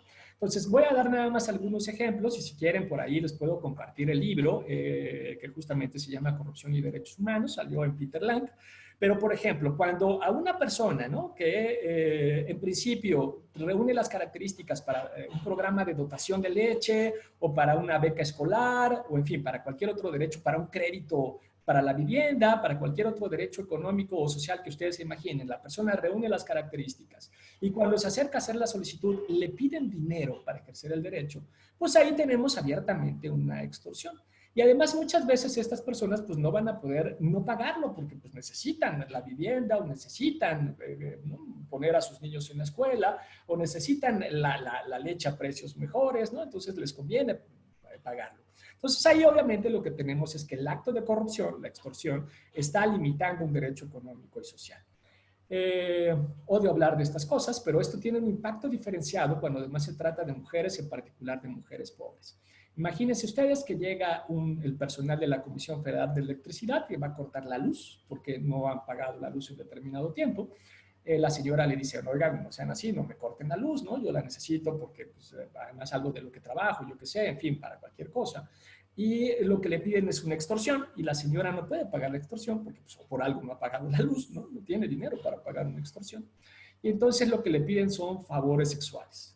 Entonces, esa es la afectación diferenciada. Cuando se trata de mujeres, en particular de mujeres pobres, las extorsiones suelen ser favores sexuales a cambio del ejercicio de derechos económicos y sociales. Entonces, ahí tienes una grave afectación. La afectación es al acceso del derecho, cualquier derecho que se imagine. Puede suceder que la corrupción no sea directamente con extorsión, sino que sean, por ejemplo, licitaciones amañadas, que conocimos un montón, las empresas fantasma de Duarte, en Coahuila también se hacía de forma sistemática, bueno, también en Chihuahua, en fin, ¿no? Sabemos de un montón de licitaciones amañadas. El gran problema con las licitaciones amañadas es que te ponen un sobreprecio. No sé si alguno se acuerda del Toallagate, que fue cuando el pobrecito de Vicente Fox pensó que había democracia y transparencia en México y entonces dijo, voy a abrir la compra de lo que hacemos nosotros en Los Pinos y ahí nos enteramos que estaban comprando toallas de 20,000 pesos y cortinas de 400,000 y bla, bla, bla. La cosa rara es que incluso todas las compras tenían sobreprecios, absolutamente todas, incluyendo los gansitos, ¿no? Y los chocorroles que costaban el triple o el cuádruple de su precio. Entonces ahí el problema que tenemos es que esas licitaciones, se trata de licitaciones amañadas, obviamente de algún lugar tiene que salir el soborno que la empresa le va a pagar para ganar la licitación y de donde sale el soborno es del sobreprecio. Por eso es que normalmente tenemos sobreprecios. De acuerdo con la OCDE, una licitación amañada puede multiplicar hasta el 50% el sobreprecio del bien o el servicio. Nosotros tenemos casos en los que se va hasta 200 o 300% el sobreprecio, ¿no? Los ventiladores de la familia Bartlett que recientemente conocimos. En la medida que tienes una licitación amañada, el problema que tienes es que pues, en consecuencia eso te impacta en tu presupuesto. Nosotros tenemos recursos limitados, tu presupuesto se hace más chiquito porque estás pagando mucho más caro bienes y servicios, en consecuencia te alcanza para comprar o para contratar menos bienes o contratar menos servicios. Y eso va a impactar en las capacidades del Estado de garantizar, de proteger y de promover todos los derechos humanos en general, los derechos económicos y sociales en particular, suponiendo que el bien y el servicio se entregue. Hay actos de corrupción en donde incluso esos bienes y servicios ni siquiera se entregan. Y ahí impacta mucho más en el ejercicio de los derechos económicos y sociales. Es el caso precisamente de las empresas fantasmas de Javier Duarte en Veracruz, en donde sabemos ahora que pues, entregaban medicamentos que no tenían la sustancia activa. Eso no lo inventamos nosotros, por cierto, eso lo inventaron en Centroamérica, en particular en El Salvador, lo hacían con pastillas que eran pastillas de talco, nosotros simplemente lo exportamos, le metimos su dosis de maldad, lo hacemos con tratamientos para niños enfermos de cáncer, es bastante más jodido que un paracetamol, pero no es invención de México. Entonces ahí también la corrupción afecta a derechos económicos y sociales. Y bueno, voy a parar por ahí porque pues, justo les podría dar un montón de otros ejemplos, pero dos en particular de cómo la corrupción, ya sea como extorsión o como licitación amañada, impacta en los derechos económicos y sociales. Los otros, Luis Daniel, era tu visión optimista y si estas ayudas condicionadas afectaban derechos, particularmente a las de mujeres. Las ayudas condicionadas, eso está buenísimo. Fíjate, pero está además muy bueno porque en particular cuando se le dio la perspectiva de género, por decirlo así, bueno, no lo digo yo, lo que quiero decir es el gobierno de Ernesto Zedillo fue el que salió a decir que el programa ya tenía perspectiva de género. Y para decir que tenía perspectiva de género, lo que decían es ahora el dinero se lo damos a las mujeres, ¿no? Entonces no se lo damos a los hombres para que no se lo gasten en alcohol, bla, bla, bla. Además, empoderamos a las mujeres porque ya tienen autonomía económica o autonomía financiera, porque tienen un ingreso directo que se le paga. Y en consecuencia, y aquí viene el problema, ellas eran las encargadas de pues, hacer las comprobaciones del programa ante las instancias correspondientes. Ahí reforzaban, obviamente, el rol de género, la división doméstica del trabajo, porque daban por hecho que pues, ellas se tenían que encargar del gasto de la casa, de la compra de los alimentos, de llevar a los chicos a la escuela, de llevarlos después, es decir, de la división doméstica del trabajo. Entonces, fue muy discutido si efectivamente empoderaba o no a las mujeres, si efectivamente tenía perspectiva o no de género, si por el contrario más bien estaba profundizando la división doméstica del trabajo, etcétera, etcétera. Entonces ahí tenemos ese primer debate. Simplemente lo voy a poner, ¿no? Cómo se dio el debate, porque no recuerdo al menos en este momento que hubiera acuerdo, ¿no? Entonces, por un lado, por ejemplo, se puede pensar que la fortalecía. Lo cierto es que también en el hecho de que le daban el dinero a las mujeres empezó a generar mucha violencia de género al interior de las familias y empezó también a descomponer incluso algunas de las comunidades bajo la lógica de por qué a esa vivienda se le dio el programa y al de al lado no, ¿no? Entonces también empezó a tener con muchos a generar mucha ruptura, digamos, primero de lazos y después de violencia al interior de las casas, ¿no? Entonces, pues, en fin, se hizo como muy problemático ese punto. Pero luego la otra pregunta que es bien interesante, no la había yo pensado, no tengo una respuesta, la tengo que meditar un poco más, pero es bien interesante. Si condicionar la entrega del dinero a que los niños fueran a la revisión médica y a que los niños fueran a la escuela, si eso en sí mismo es una violación al derecho. No, lo tengo que... Mi sensación inicial es que no, ¿eh? Porque en principio, en realidad, a ver, la obligación de los padres de llevar a los chicos a la escuela es una obligación constitucional. Digo, a ver, es una obligación imperfecta porque no tiene una sanción, pero está establecido en la Constitución que los padres están obligados a llevar a los chavos a la escuela. Claro, reitero, es imperfecto, no hay una sanción para eso, pero en principio es una obligación de padre y madre de llevar a los chicos Sí, a la pero no escuela. podrías condicionar un derecho a la garantía de otro. Sí. Pero en realidad es que a lo que voy es que con la transferencia condicionada, salvo que pensemos que con eso estaban tratando de garantizar el derecho a la alimentación, pero la transferencia en sí sola no era el derecho, ¿no? El derecho era la educación y la salud, que en todo caso era la condición. Por eso digo que no está tan... Sí, está enredado. Sí, no está tan fácil. Sí, si me dijeran, le condicionamos el acceso a la escuela, clavado, clavado, ¿no? Pero no es eso lo que condicionaron fue la transferencia, ¿no? Entonces, salvo que pensemos que con la transferencia están garantizando el derecho a la alimentación, sí tenemos esta bronca que muy bien acaba de decir Jacobo. Pero no está fácil, no está fácil, sí hay que darle un par de vueltas. Y voy a dejar para tu última pregunta tu visión optimista. Órale, órale. A ver, otras preguntas. Este cambio de programas sociales que se ha hecho en este gobierno, por ejemplo, la eliminación de Prospera o el Seguro Popular, para crear unos nuevos modelos de atención a grupos en condición de vulnerabilidad. La pregunta es si estos nuevos programas son suficientes para atender los problemas históricos o los problemas que vendrán después de la época de la pandemia. Otra pregunta. ¿Los cambios partidistas a nivel federal o local han golpeado la garantía de los derechos económicos, sociales y culturales? A ver, si quieres, vamos con la primera, ¿no? La primera es, nosotros tenemos ya una muy desordenada política social, entre otras cosas porque nuestro federalismo no ha funcionado tal como nosotros esperáramos. Y por otro lado, lo que tenemos en realidad voy a empezar de nuevo. Cuando yo pienso en la democracia a la mexicana, la pienso a partir de 5 mecanismos en particular, ¿no? Que es el clientelismo, la negación, la simulación, la corrupción y la impunidad. Los voy a repetir porque estos 5 son relevantes, ¿no? Entonces, los 5 mecanismos que estructuran la democracia a la mexicana son el clientelismo, la negación, la simulación, la corrupción y la impunidad.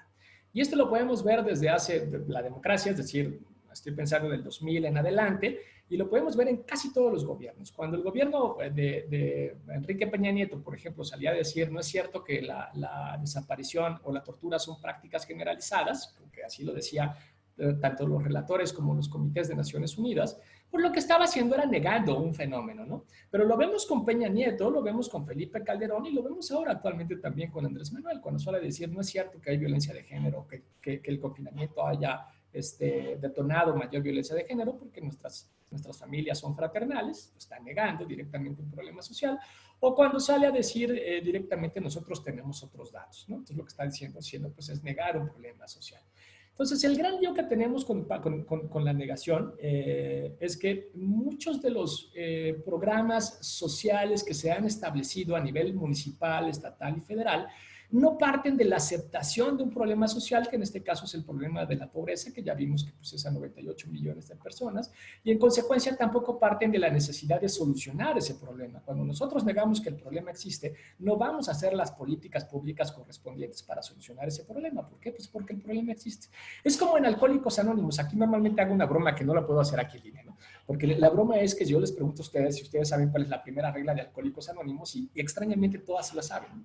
Entonces, pues es llamativo que prácticamente todos van a Alcohólicos Anónimos, pero la primera justo regla, ¿no?, de Alcohólicos Anónimos es aceptar que eres alcohólico, ¿no? Si no aceptas que eres alcohólico no puedes avanzar con los pasos, ¿no?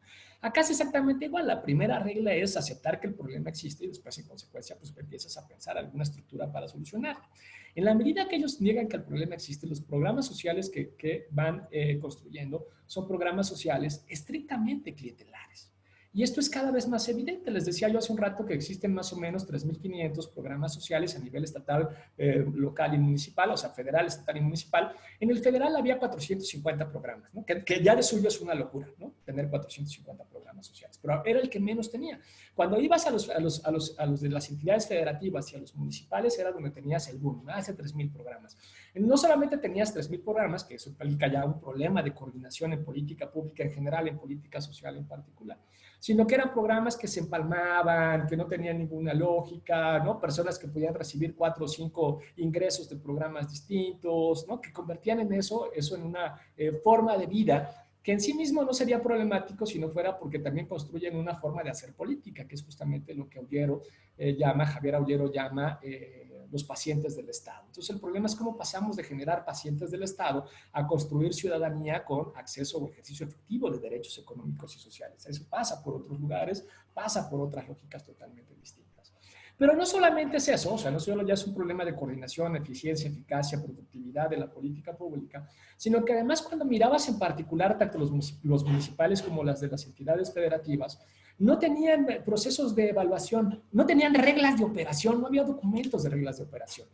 Y además, en consecuencia, pues tampoco había padrones oficiales, y en la medida que no había padrones, eran programas que a veces se echaban a andar 2 años y se dejaban de andar durante 4 años. Se podrán imaginar que esto no es casualidad, o sea, se echaban a andar el año previo a la elección y el año posterior a la elección y luego desaparecían durante 4 años. ¿Y a quién lo dabas? A quien fuera necesario porque no tenías padrones. Entonces, en el mejor de los casos generabas clientela, en el peor de los casos directamente te chingabas la lana, ¿no? Como lo que vimos, por ejemplo, en Veracruz. Entonces, a ver, ese es el punto de partida. O sea, la realidad es que nuestra política social era muy mala y está muy desordenada. O sea, no podemos venir a decir ahora, no, es algo que funcionaba muy bien. Y no, era muy mala y es muy desordenada. Ahora, el gran problema es que ni se barrió con esa política social porque no se están generando procesos de centralismo, porque no sería la mejor palabra, pero por lo menos de coordinación o de unificación de una política social más efectiva. O sea, no se barrió con esa lógica clientelar y con esa lógica de negación. Y los actuales programas sociales simplemente lo que hacen es pues seguir generando clientelas. Ahora, el problema no es la clientela, ¿no? Yo preferiría, en vez de generar estos procesos de distribución a través de clientelas, que siempre son bienvenidos los procesos de distribución, que en vez de que los procesos de distribución se hicieran a través de clientelas, se hicieran a través de estructuras que podrían ser de construcción de mayor ciudadanía y ejercicio de derechos. Por eso hay debates como el ingreso mínimo universal, como un seguro de desempleo, con elementos un poco que te permitan reestructurar esa distribución de la riqueza, ¿no? Pero desde una lógica de construcción ciudadana, me parece serían mucho más bienvenidos. Pese a eso, creo que hay un par de buenas noticias. Sí bajó el nivel de corrupción en el reparto, en consecuencia tenemos más recursos que se están distribuyendo. También le está llegando un mayor nivel de recursos, sobre todo a la sección más pobre, entonces están creciendo sus ingresos. La zona rural el año pasado creció casi el 50% su nivel de ingreso. Claro, tenía un ingreso bajísimo, ¿no? Hagan de cuenta que creció de 750 a 1,500 pesos. Pero de todas maneras, en ese rango, pues obviamente es como muy importante. Pero está muy lejos de lo que a mí me gustaría o de lo que yo pensaría que es una buena política social para ejercer derechos económicos y sociales, ¿no? Entonces, por ahí se hace complicado. Y bueno, con respecto a la segunda pregunta, pues en la medida que tenemos este sistema, este muy mal entendido sistema federal, pues parte del problema que tenemos es precisamente que además se encuentre aderezado con primero un gobierno que cuando fue oposición se convirtió en una posición abiertamente irresponsable, es decir, Morena, bueno, primero el PRD encabezado por Andrés Manuel, después en específico por Morena, no existía ninguna posibilidad de diálogo porque el objetivo de la oposición encabezada por Andrés Manuel no era dialogar, era golpear y pegar para llegar al gobierno, cosa que se vale, juega, digamos, en los límites democráticos, es una oposición democrática pero irresponsable, eso se vale. Pero el gran problema de generar una oposición irresponsable como esas es cuando te vuelves gobierno, porque cuando te vuelves gobierno, por lo menos mientras fue hegemónico, que tenía un nivel altísimo de legitimidad y que además estaba empezando a echar a andar apenas su agenda, pues todavía logró construir algunos consensos, el más evidente en torno a la Guardia Nacional, que se votó por todos los partidos y que se votó por todos los congresos, pero en la medida que empiezas tu nivel de desgaste, aquellos que en su momento trataste como oposición irresponsable, pues van a funcionar también como oposición irresponsable. Entonces, en este momento, no toda la oposición, pero una parte está funcionando abiertamente pues como lo hizo Andrés Manuel cuando era oposición, como oposición irresponsable, en donde posibilidades de diálogo, de construcción, de llegar a acuerdos se hace muy complicada. Y lo grave en este punto es que no tiene que ver con una disputa ideológica. O sea, tú puedes decir lo que sea, ¿no? Vamos a repartir dinero para mujeres, jóvenes adolescentes, mujeres adolescentes embarazadas. Y te van a decir que está mal, ¿no? Así te van a salir a pegar, para lo que sea te van a pegar. No por un problema ideológico, porque si no es justamente la lógica de la oposición irresponsable, salir y golpear. Entonces, la gran bronca de que eso suceda en el marco de la pandemia primero y de la crisis después, es que si bien es cierto que se encuentra en los márgenes de la democracia, en este momento eso puede costar vidas, ¿no? Y eso es tal vez, y mucho sufrimiento después en el caso de la parte económica. Entonces, justo ahí la posibilidad de construir los acuerdos necesarios, tanto para que la caída en la economía no sea tan profunda, por un lado, como para tener un mayor ejercicio de derechos económicos y sociales en el marco de escasez en el que nos vamos a encontrar durante todo el próximo año, se hace más difícil. Quiero simplemente resaltar esto, o enfatizar esto. Por culpa de las dos partes, digo, para dejarlo perfectamente claro, del gobierno, que no ha logrado construir una lógica de articulación hegemónica, pero también de la oposición, que se muestra abiertamente como una oposición irresponsable. Ya se nos fue Jacobo Dayan. Pero bueno, diré nada más, tal vez para hacer la diferencia entre oposición responsable e irresponsable, diré únicamente que no es que no se valga la crítica se vale. La diferencia es qué tipo de crítica es la que vas a hacer. Si vas a hacer una crítica constructiva para generar o modificar, digamos, la construcción de esos acuerdos, o si lo que vas a salir es simplemente salir a golpear. Me estaba echando nada más ahí un rayito, Jacobo, en lo que regresabas.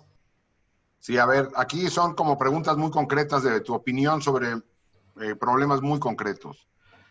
Lo que se está decidiendo hacer sobre la nueva normalidad, ¿crees que con eso es suficiente para garantizar el derecho de las trabajadoras del hogar o trabajadores del hogar?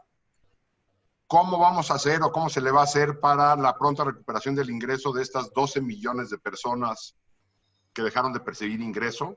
Si tienes respuesta, sería bueno que se la pase al gobierno, a los gobiernos del mundo. Y la tercera es, ¿qué riesgos hay ante lo que se viene para que crezca el trabajo infantil? Buena pregunta. A ver, lo primero importante, bueno, se nos viene una crisis como hace rato que no tenemos. Tal vez la buena noticia es que no es una crisis que tenga anclaje económico. Entonces, es una buena noticia porque en consecuencia la recuperación tendrá que ser más rápida. Por eso incluso no sé si han visto que todos los modelos dicen que o va a ser una U, o va a ser una V, o va a ser una V profunda, o va a ser una W, ¿no? Pero todo lo que miran es que en algún momento, que no es demasiado, es decir, en tal vez un año, vamos a tener un proceso más o menos alto de expansión. Eso se debe a que, a diferencia de lo que pasó en los 80s o la crisis de 1929, o incluso la crisis del 2008, esta no es una crisis por motivos económicos, es una crisis por motivos de salud. En consecuencia, no es un problema de desinversión, no es un problema de deuda, entonces esto es un problema que va a tomar demasiado trabajo para modificar, digamos, el régimen económico o los patrones del régimen económico. Entonces, esa es una buena noticia. Va a ser profunda, pero va a ser, se supone, de salida relativamente rápida, ¿no? No nos vamos a meter en una crisis de 4, 5, 6 años. Entonces, es una buena noticia. Ahora, dentro de esa buena noticia, la mala noticia, o las dos malas noticias, es que va a ser muy profunda para el caso de México en particular, como hace rato que no vivíamos.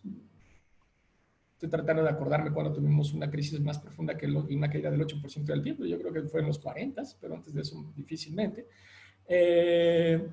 Y no solamente va a ser muy profunda, sino que además es a nivel mundial. Y aquí sí tenemos una gran bronca, porque normalmente, por ejemplo, en la crisis del 2008, pues pegaba de forma diferenciada. Entonces, en algún momento, incluso durante el 2008 hasta el 2012, los países que estaban en crisis, que eran específicamente los del primer mundo, porque la crisis era del sistema financiero, pues no nos impactó de forma directa, sino que por el contrario, eso lo que tuvo como consecuencia fue que los precios de los commodities se recuperaran. Y le vino muy bien a América Latina en general, no a México porque tenemos pésimos administradores, pero América Latina, Ecuador, Argentina, Bolivia, estaban creciendo a tasas del 5, 6, 7, 8% y lo hicieron durante 5 o 6 años. Venezuela, por el reposicionamiento del precio de los commodities. Es decir, había países que no estaban logrando comprar commodities, pero había países que compraban muchísimo por ese proceso de reposicionamiento, en particular la URSS, India y China, ¿no? Entonces, pues lo que quiero decir es que no le impactó de forma uniforme a todos los estados.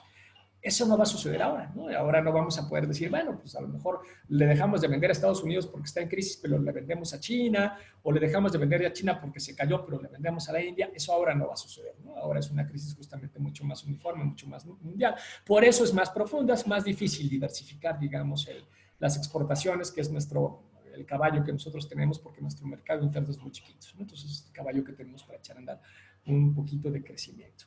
Entonces, bajo ese criterio, lo que me eché todo este rollo para decirles, la crisis no solo es inevitable. Y el sufrimiento acompañado de una crisis de este tamaño también va a ser inevitable. O sea, el gobierno puede hacer un montón de cosas, muchas más de las que ahora está haciendo. Pero no importa lo que haga, no va a evitar ni el nivel de la caída de la crisis, ni el nivel de sufrimiento que va a tener esa crisis. No existe forma de evitar eso, eso es inevitable. Entonces, por eso más bien es ponernos como las pilas a partir de esto que va a suceder, nos están avisando que se viene un tsunami, es qué podemos hacer con eso, pero no vamos a poder parar el tsunami, va a haber muertos, va a arrasar casas, ¿no? Eso va a pasar, eso es inevitable. Entonces, bajo esa lógica, a ver, cosas que sí podría hacer el Estado y no está haciendo, o el gobierno y no está haciendo. Entiendo el plurito de endeudarse. Yo tampoco le recomendaría endeudarse con el Fondo Monetario, porque el problema es que eso restringe mucho tus capacidades de acción, sobre todo para gobiernos que se supone que son de izquierda. No sean gachos, no me vayan a preguntar por qué digo que es de izquierda este gobierno. Simplemente tomen en cuenta que a nivel internacional se le considera un gobierno de izquierda y eso hace más difícil las negociaciones con el sistema financiero internacional. Pero algo que sí puede hacer es poner bonos de una manera mucho más amplia. Nosotros pusimos un bono hace 3 semanas, me parece, por $6,000 millones a una tasa. Vamos a pagar una sobretasa porque estamos en un marco de crisis, pero el Estado en ese momento, el gobierno, tal como se encontraba en ese momento, pudo haber puesto un bono no por $6,000 millones, lo pudo haber puesto por $40,000 millones a la misma tasa.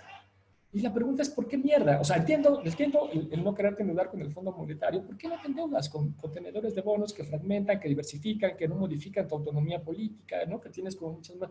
Eso no tiene ningún sentido, ¿no? Tener un poco más de plata. Porque si necesitas ese poco más de plata en este momento para cosas como las que yo decía hace un rato. Órale.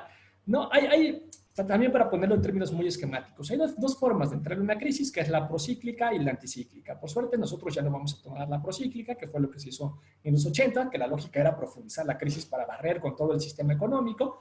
La nuestra ya es contracíclica. Ahora, aceptando que es contracíclica, dentro de la contracíclica también hay dos formas. Una es ayudando a la oferta, ayudando directamente a los empresarios, y la otra es fomentando la demanda, ayudando, digamos, a los consumidores.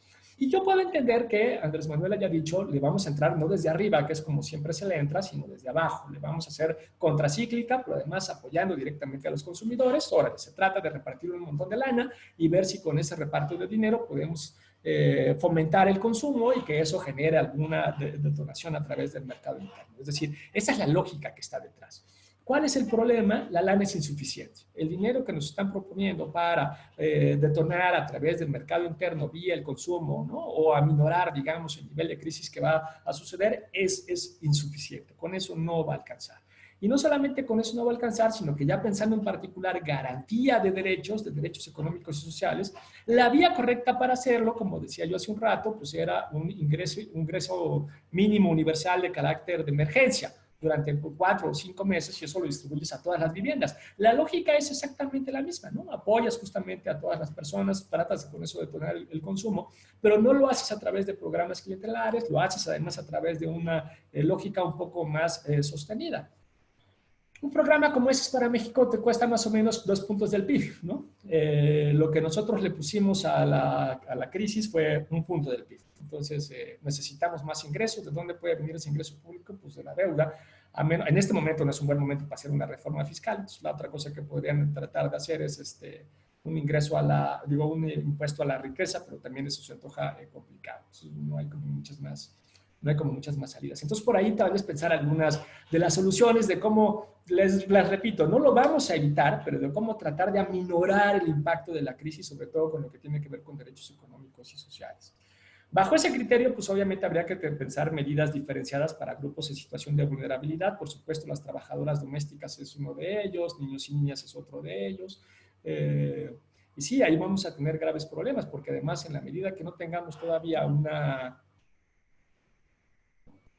vacuna o algún medicamento que aminore el problema del COVID y que eso se tarde 1 año y que las trabajadoras domésticas pues tengan que salir de su casa, transportarse en servicio público, que es donde más tienen posibilidad de contagiarse, ir además a la casa, o sea, no pueden hacer el trabajo desde su propia casa, tienen que salir, no hay otra forma, ¿no? Entonces eso se hace muy complicado. ¿Cuál sería la forma de evitar que la trabajadora doméstica tuviera que salir a hacer su trabajo?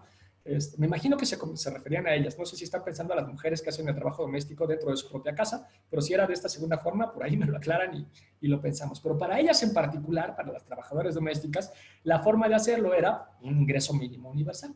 Si les aseguras que vas a tener un ingreso, pues ellas pueden no tener que ir a trabajar en este contexto. Entonces ahí es que ellas tal vez van a ser uno de los grupos que se van a encontrar en mayores niveles de vulnerabilidad. Y lo mismo, pues, niños y niñas, porque son los que justamente cuando no tenemos un ingreso suficiente, sin duda va a aumentar la tasa de empleo de niños y niñas, pero sin duda. O la cooptación de adolescentes a grupos del crimen organizado. Claro, sí, totalmente. Sí, ante la falta de empleo, la cooptación de grupos criminales seguramente crecerá.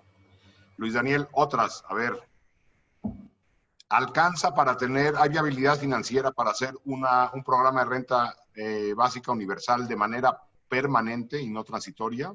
No, ni en pedo.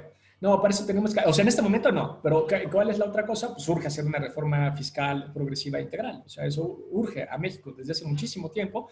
Andrés Manuel ya dijo que no lo va a hacer, ¿no? Pero para que eso funcione tendríamos que hacer una reforma fiscal integral. A ver, para cederle un poco, ¿no? Porque también si no pareciera que uno lo único que quiere es pegarle a la 4T, luego muchos no se ayudan. Hubo una cosa importante que sí hizo, que fue el prohibir las condonaciones y el no hacer condonaciones en ese primer año.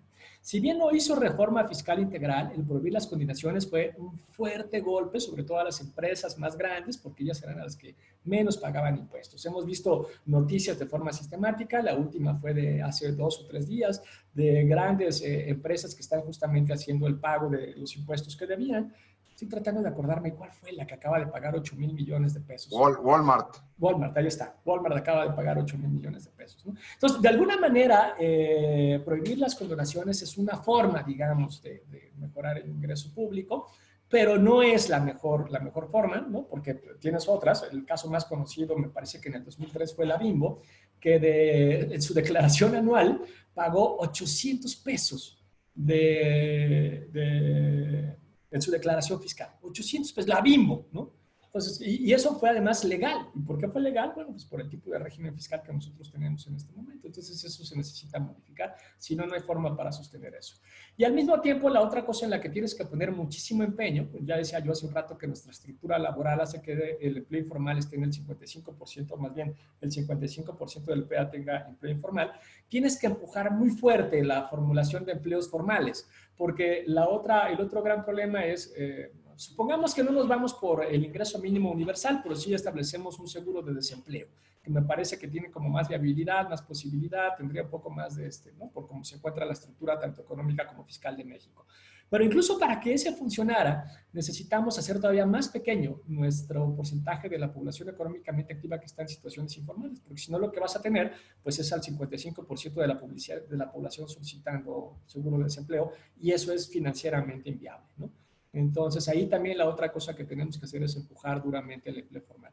De hecho, esto lo ha dicho con mucha claridad. El Coneval ha hecho de verdad muy buen trabajo. Si pueden, métanse a su página y echen un ojo a los informes que hacen año con año.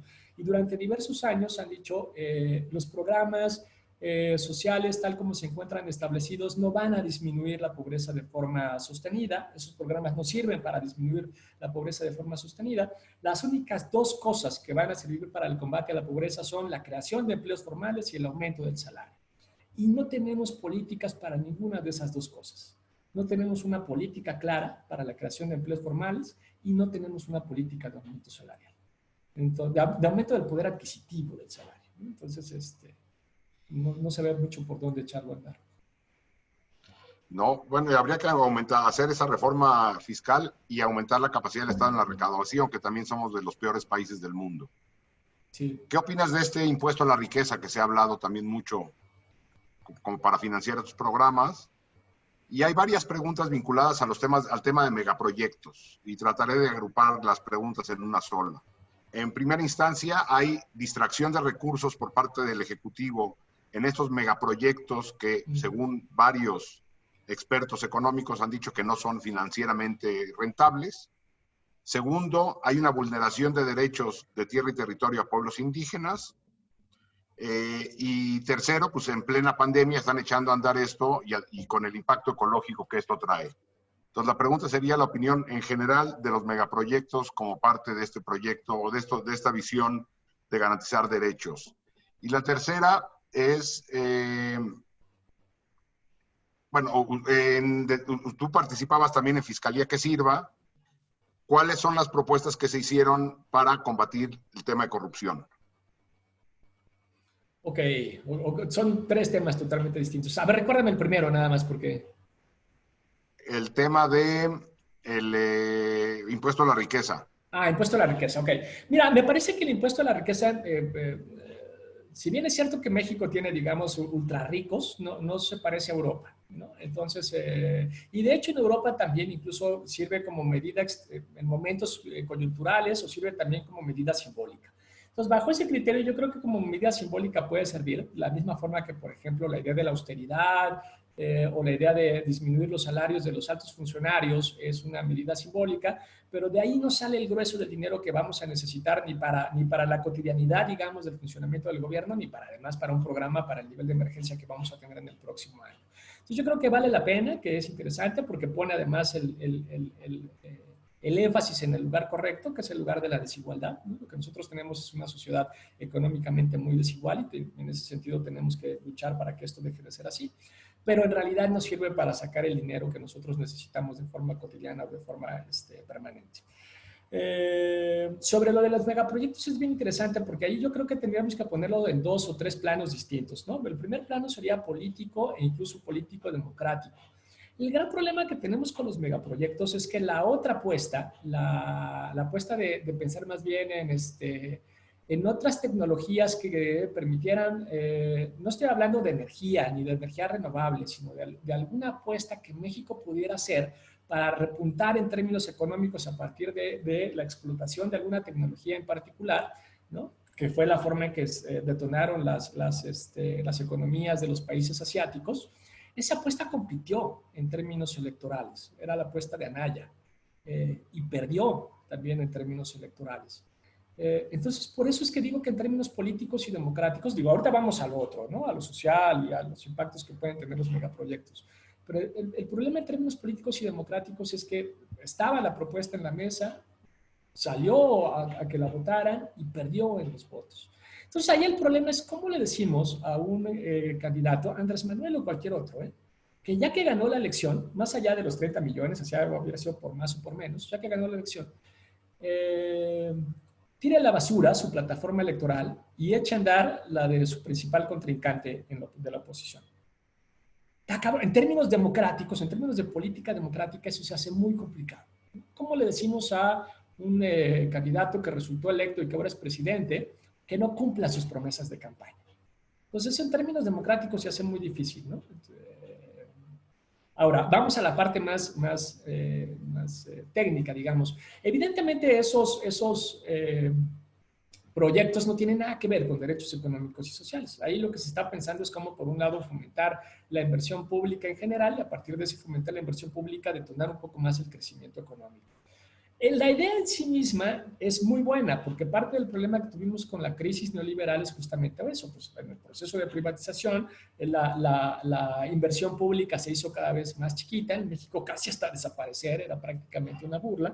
Y algo que necesitamos fortalecer es inversión pública y mercado interno para que, pues, obviamente volvamos, porque la apuesta también del neoliberalismo fue que el impulsor del crecimiento económico fuera la exportación en lugar de que fuera el propio mercado interno. Entonces, cuando la exportación se cae, como se va a caer ahora a nivel mundial, pues nosotros no tenemos palancas internas para poder echar a andar la economía, no tenemos un mercado interno lo suficientemente sólido para hacerlo y tampoco tenemos la inversión pública, ¿no?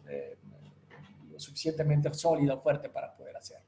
Entonces, la idea en sí misma no es mala, ¿no? Cómo fortalecemos el mercado interno, cómo echamos a andar un poco más de inversión pública.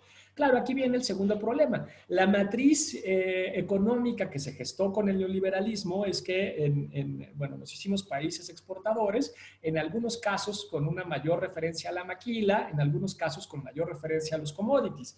Entonces, claramente en Sudamérica tienen una más marcada tendencia de exportación de los commodities especializados por país. En algunos casos, como Venezuela, claramente es el petróleo. En algunos otros casos, como en Argentina, pues es la soya y la carne. Pero son commodities. Ellos lo que nos dedican en Sudamérica es a commodities. Y lo que exportamos en México y en la buena parte de Centroamérica, nos movimos un poco más a la maquila, aunque no por eso dejamos de ser un país de exportación también de commodities. Entonces, la matriz era neoliberal y neoextractivista, ¿no? Nosotros tenemos que pensar en tres, digamos, adjetivos para rápidamente identificar nuestro modelo económico. Es capitalista, neoliberal y neoextractivista. El nuestro y el del grueso de América Latina, unos con una mayor carga a la maquila, como el caso de México y Centroamérica, unos con mayor carga al extractivismo, como es el caso de Sudamérica, pero pues esos son nuestros parámetros. Entonces, el problema es cómo cambiamos esos parámetros y si esos parámetros se pueden cambiar en un solo sexenio, lo veo muy complicado. Entonces, en esa matriz se encuentran los megaproyectos. Los megaproyectos siguen siendo una lógica de exportación bajo una lógica de la elaboración de recursos naturales, en este caso las refinerías, o lo otro un poco que podemos echar a andar, que tiene que ver con turismo, que es el caso del Tren Maya. Pero no tenemos mucho más porque esa es la matriz de producción que nosotros hicimos en América Latina durante los últimos 40 años. Entonces, el lío es cómo cambiamos eso. Dicho eso, pues eso obviamente, esos proyectos y cualquier otro megaproyecto, ya sea hidráulico, eólico, minero, en fin, el que sea, pues va a implicar obviamente en la medida que es extractivista graves violaciones tanto a comunidades campesinas como a comunidades indígenas. Y el lío es si podemos tratar de compatibilizar esa matriz económica que es la que hay con pues los derechos económicos y sociales, en particular de comunidades indígenas y campesinas. En algún momento durante los 90 pensamos que se podía. Tenemos ejemplos de algunas buenas negociaciones, que fue el caso de la minera de Carrizalillo en Guerrero, pero que después nos dimos cuenta que las cosas no estaban funcionando. En Carrizalillo fue un desastre, en particular porque la mina era de cianuro, era de oro, en consecuencia trabajan con cianuro en particular. Entonces, lo que parecía un buen acuerdo inicial, después se convirtió en contaminación de tierras y aguas, en mujeres que se contaminaban por el cianuro y que en consecuencia también perdían a sus bebés, de niños que se morían o nacían con deformaciones o se morían a edades muy tempranas, ¿no? Contaminación de ríos, de contaminación también de sus ganados. Entonces, lo que parecía un buen acuerdo se convirtió después de unos pocos años en un muy mal acuerdo, por más que les habían dado mucho dinero y parecía que había un florecimiento económico en el pueblo. Y no solo eso, sino que además, considerando que se encontraban en Guerrero, se podrán imaginar que en cuanto llegó algo de dinero, también llegaron los grupos armados. En particular, Somos Guerrero, que además después se convirtió en los paramilitares que utiliza directamente la mina para seguir produciendo oro y para controlar al pueblo que ya no quiere la mina de su territorio. Entonces, pues esas son todas las dificultades de pensar megaproyectos extractivistas en México. En México, en Centroamérica y en América Latina. Los proyectos de Andrés Manuel no se salvan de eso. Y lo está haciendo igual de mal que lo hacían los neoliberales, ¿no? Sin tener, por ejemplo, las evaluaciones de impacto ambiental debidamente elaboradas, tampoco está teniendo las evaluaciones de impacto de violaciones a derechos humanos de comunidades indígenas y campesinas de la zona, y con los problemas económicos que ya mencionaba Jacobo de su viabilidad. Entonces, ahí en realidad, más allá del proyecto en particular de Andrés Manuel, la pregunta es si vamos a lograr modificar esta matriz capitalista, neoliberal y extractivista en América Latina. Y esa es la parte que se encuentra o que se antoja bien complicada, bien complicada. ¿Cómo nos podemos insertar a las economías mundiales con un rol distinto del que hemos tenido en los últimos 40 años? La otra pregunta nada más tenía que ver con la propuesta que se había hecho en temas de anticorrupción. Ay, cabrón, ese es todo otro pinche tema. Pero para decirlo así muy rápido, para no tomarme los 15 minutos que quedan. En Fiscalía, el gran problema que tenemos es de redes de macrocriminalidad. Jacobo, junto con Sergio Aguayo, ha hecho un excelente trabajo para el caso de Coahuila, que vale la pena que conozcan. Yo me metí también un poco por invitación de la BOL a trabajar un poco temas de redes de macrocriminalidad. Y la red de macrocriminalidad es una estructura que más bien es una red que se encuentra conformada por 3 estructuras, que es precisamente la criminal, pero también la empresarial, y esto es lo muy importante, y la estructura política. En la medida que una red de macrocriminalidad tiene una estructura política, también tiene una demanda explícita de impunidad, ¿no? En la medida que, por ejemplo, en la red de los Zetas, en el caso de Coahuila, se encontraba el gobernador, el jefe de policía y el fiscal, pues lo que lo sabían los que integraban la red de macrocriminalidad de los Zetas, de Coahuila, es que podían hacer lo que quisieran, porque pues no los iban a investigar, porque el gobernador era parte de la red, ¿no? Entonces, y hacer lo que quisieran significaba desapariciones, ejecuciones extrajudiciales o directamente más bien homicidios, extorsiones, lo que quisieran, ¿no? ¿Cómo pinta aquí la corrupción? Les decía que hay muchos tipos de corrupción y una forma de corrupción es la captura estatal. Entonces, aquí la forma en que nosotros observamos la corrupción es a través de la captura. Los órganos que están encargados de la investigación y de la sanción se encuentran capturados y en la medida que se encuentran capturados, pues no hacen ese proceso. ¿Qué necesitamos? Para decirlo en términos rápidos y breves, bueno, necesitamos descapturar los órganos de investigación y sanción y los que los descapturen, unos buenos descapturadores serán, ¿no? Entonces, esa era la propuesta de la Fiscalía. La Fiscalía pensaba cómo descapturamos desde arriba y entonces la autonomía política de los órganos de investigación cobraba mucha relevancia y cómo descapturamos desde abajo, porque incluso no es necesariamente que tengan capturado al fiscal o al jefe de policía, sino que desde abajo, por ejemplo, cárteles mucho más pequeños, pensemos en la Ciudad de México, ¿no? La Unión Tepito o el cártel de Tláhuac, pues también tienen capturados, pero en este caso obviamente no al jefe de gobierno, sino que tienen, por ejemplo, algunos fiscales, algunos jefes de policía medianos que les permiten seguir actuando con impunidad. Entonces también tenemos que descapturar desde abajo.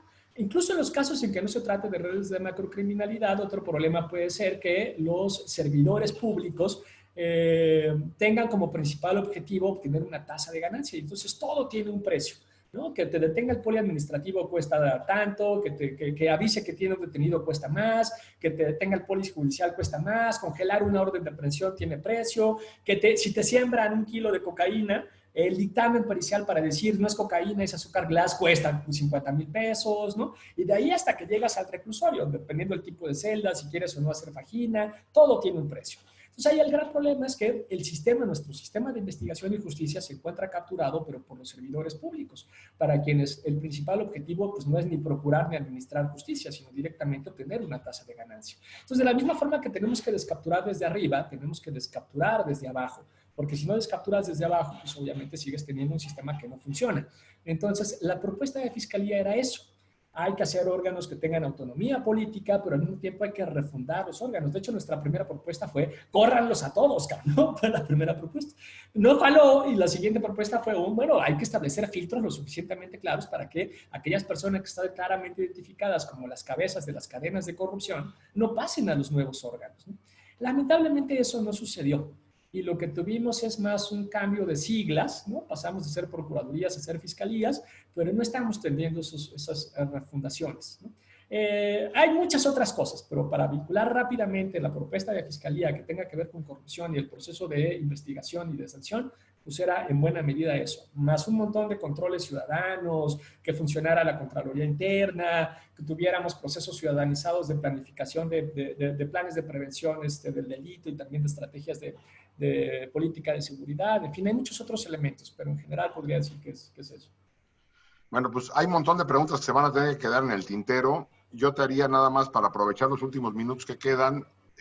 Preguntan sobre bibliografía que quisiera sugerir sobre los derechos económicos, sociales y culturales y temas de pobreza y democracia, y que cierres con tu visión optimista que prometiste. Sí. Esas se las voy a quedar a deber.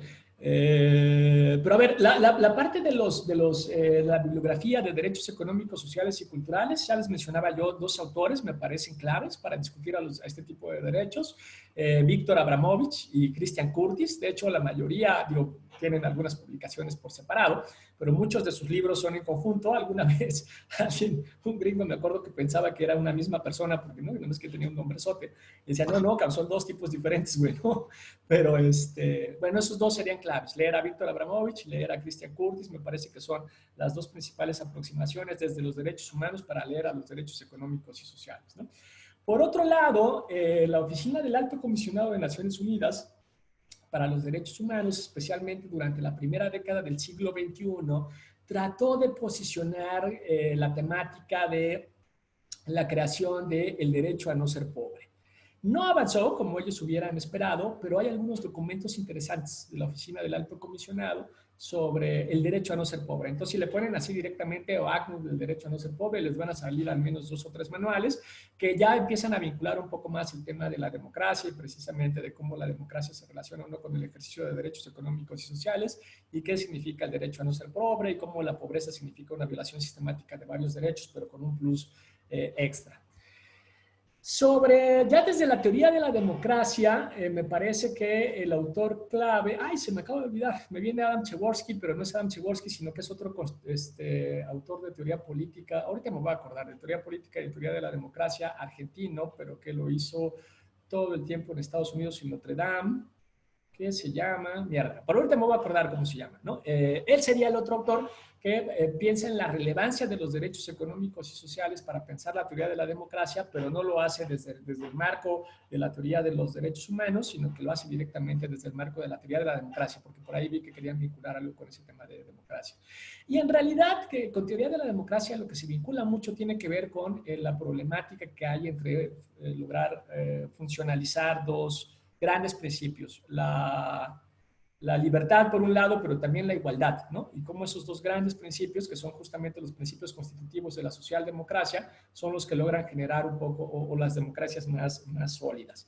Ahí sí, para analizar esto de las democracias más sólidas a partir de esos dos principios, ahí sí Adam Przeworski puede ser una buena referencia. De todas maneras, si quieren referencias para algo más concreto, y si llegadas las 7 no me acuerdo del nombre de este cabrón, que se me acaba de olvidar, me pueden escribir un correo o lo que sea y ahí nos ponemos de acuerdo.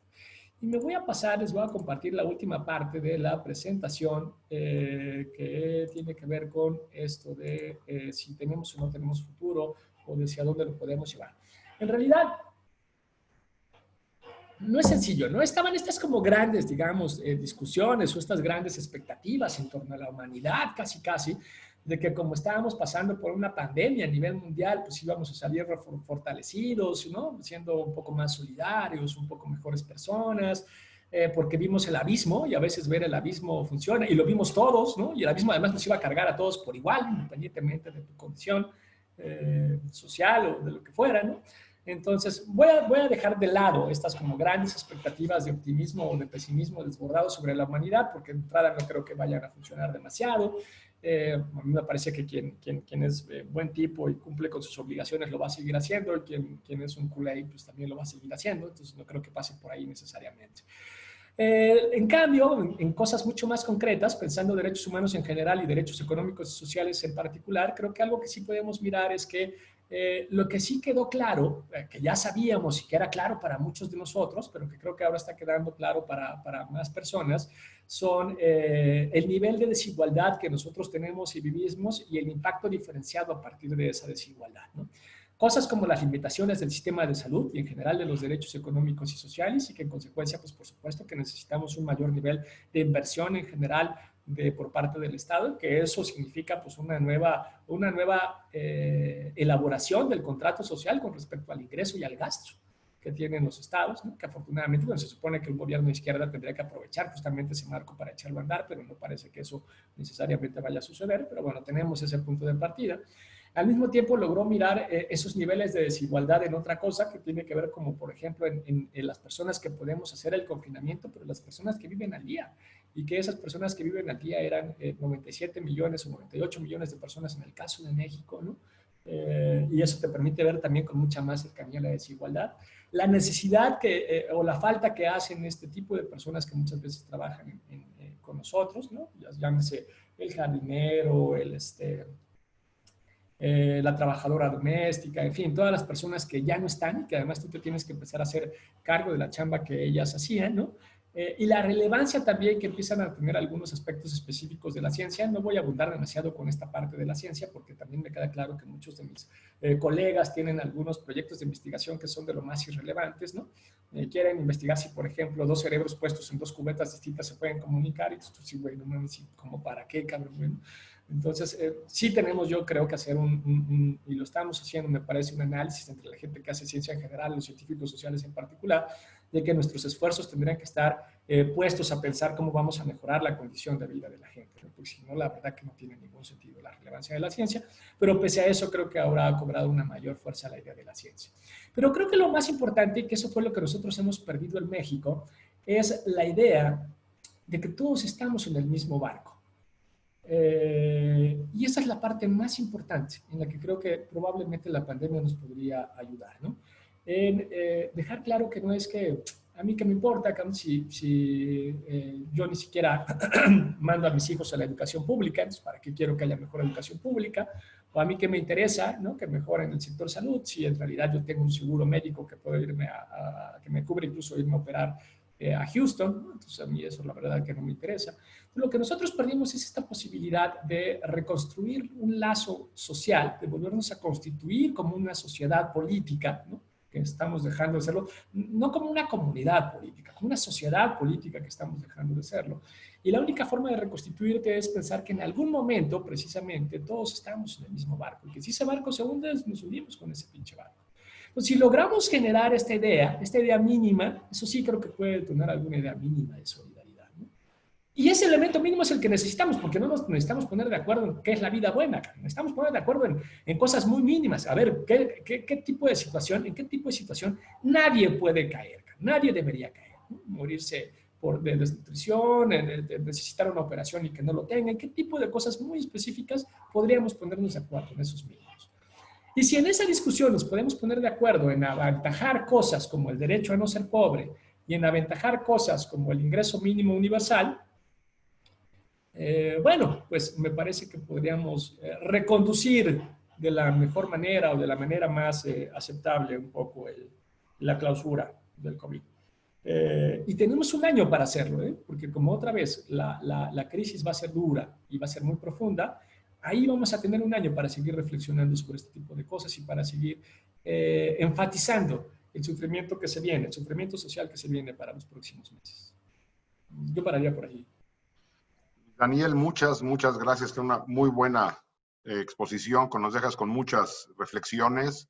Y les recuerdo a todos que todas las ponencias quedarán bueno, ya hay varias subidas en la página de YouTube de la Cátedra Nelson Mandela de Derechos Humanos en las Artes y de la Coordinación de Difusión Cultural UNAM. Luis Daniel, de nuevo, muchas gracias. Y les recuerdo que este jueves terminamos este curso con la 10ª sesión, que tiene que ver con ya la propuesta de economía política para la época del COVID y post-COVID a cargo de Jorge Andrés Castañeda, el próximo jueves a la misma hora, a las 5 de la tarde. Por acá nos veremos y muchas gracias, Daniel. El teórico de la democracia se llama Guillermo O'Donnell, ya me acordé. Ahí está. Entonces se llama Guillermo O'Donnell y muchísimas gracias, ojalá que les haya sido útil. Un abrazo, cuídense, buena tarde. Gracias, Luis Daniel, nos vemos el Chao. jueves a todas, todos. Bye.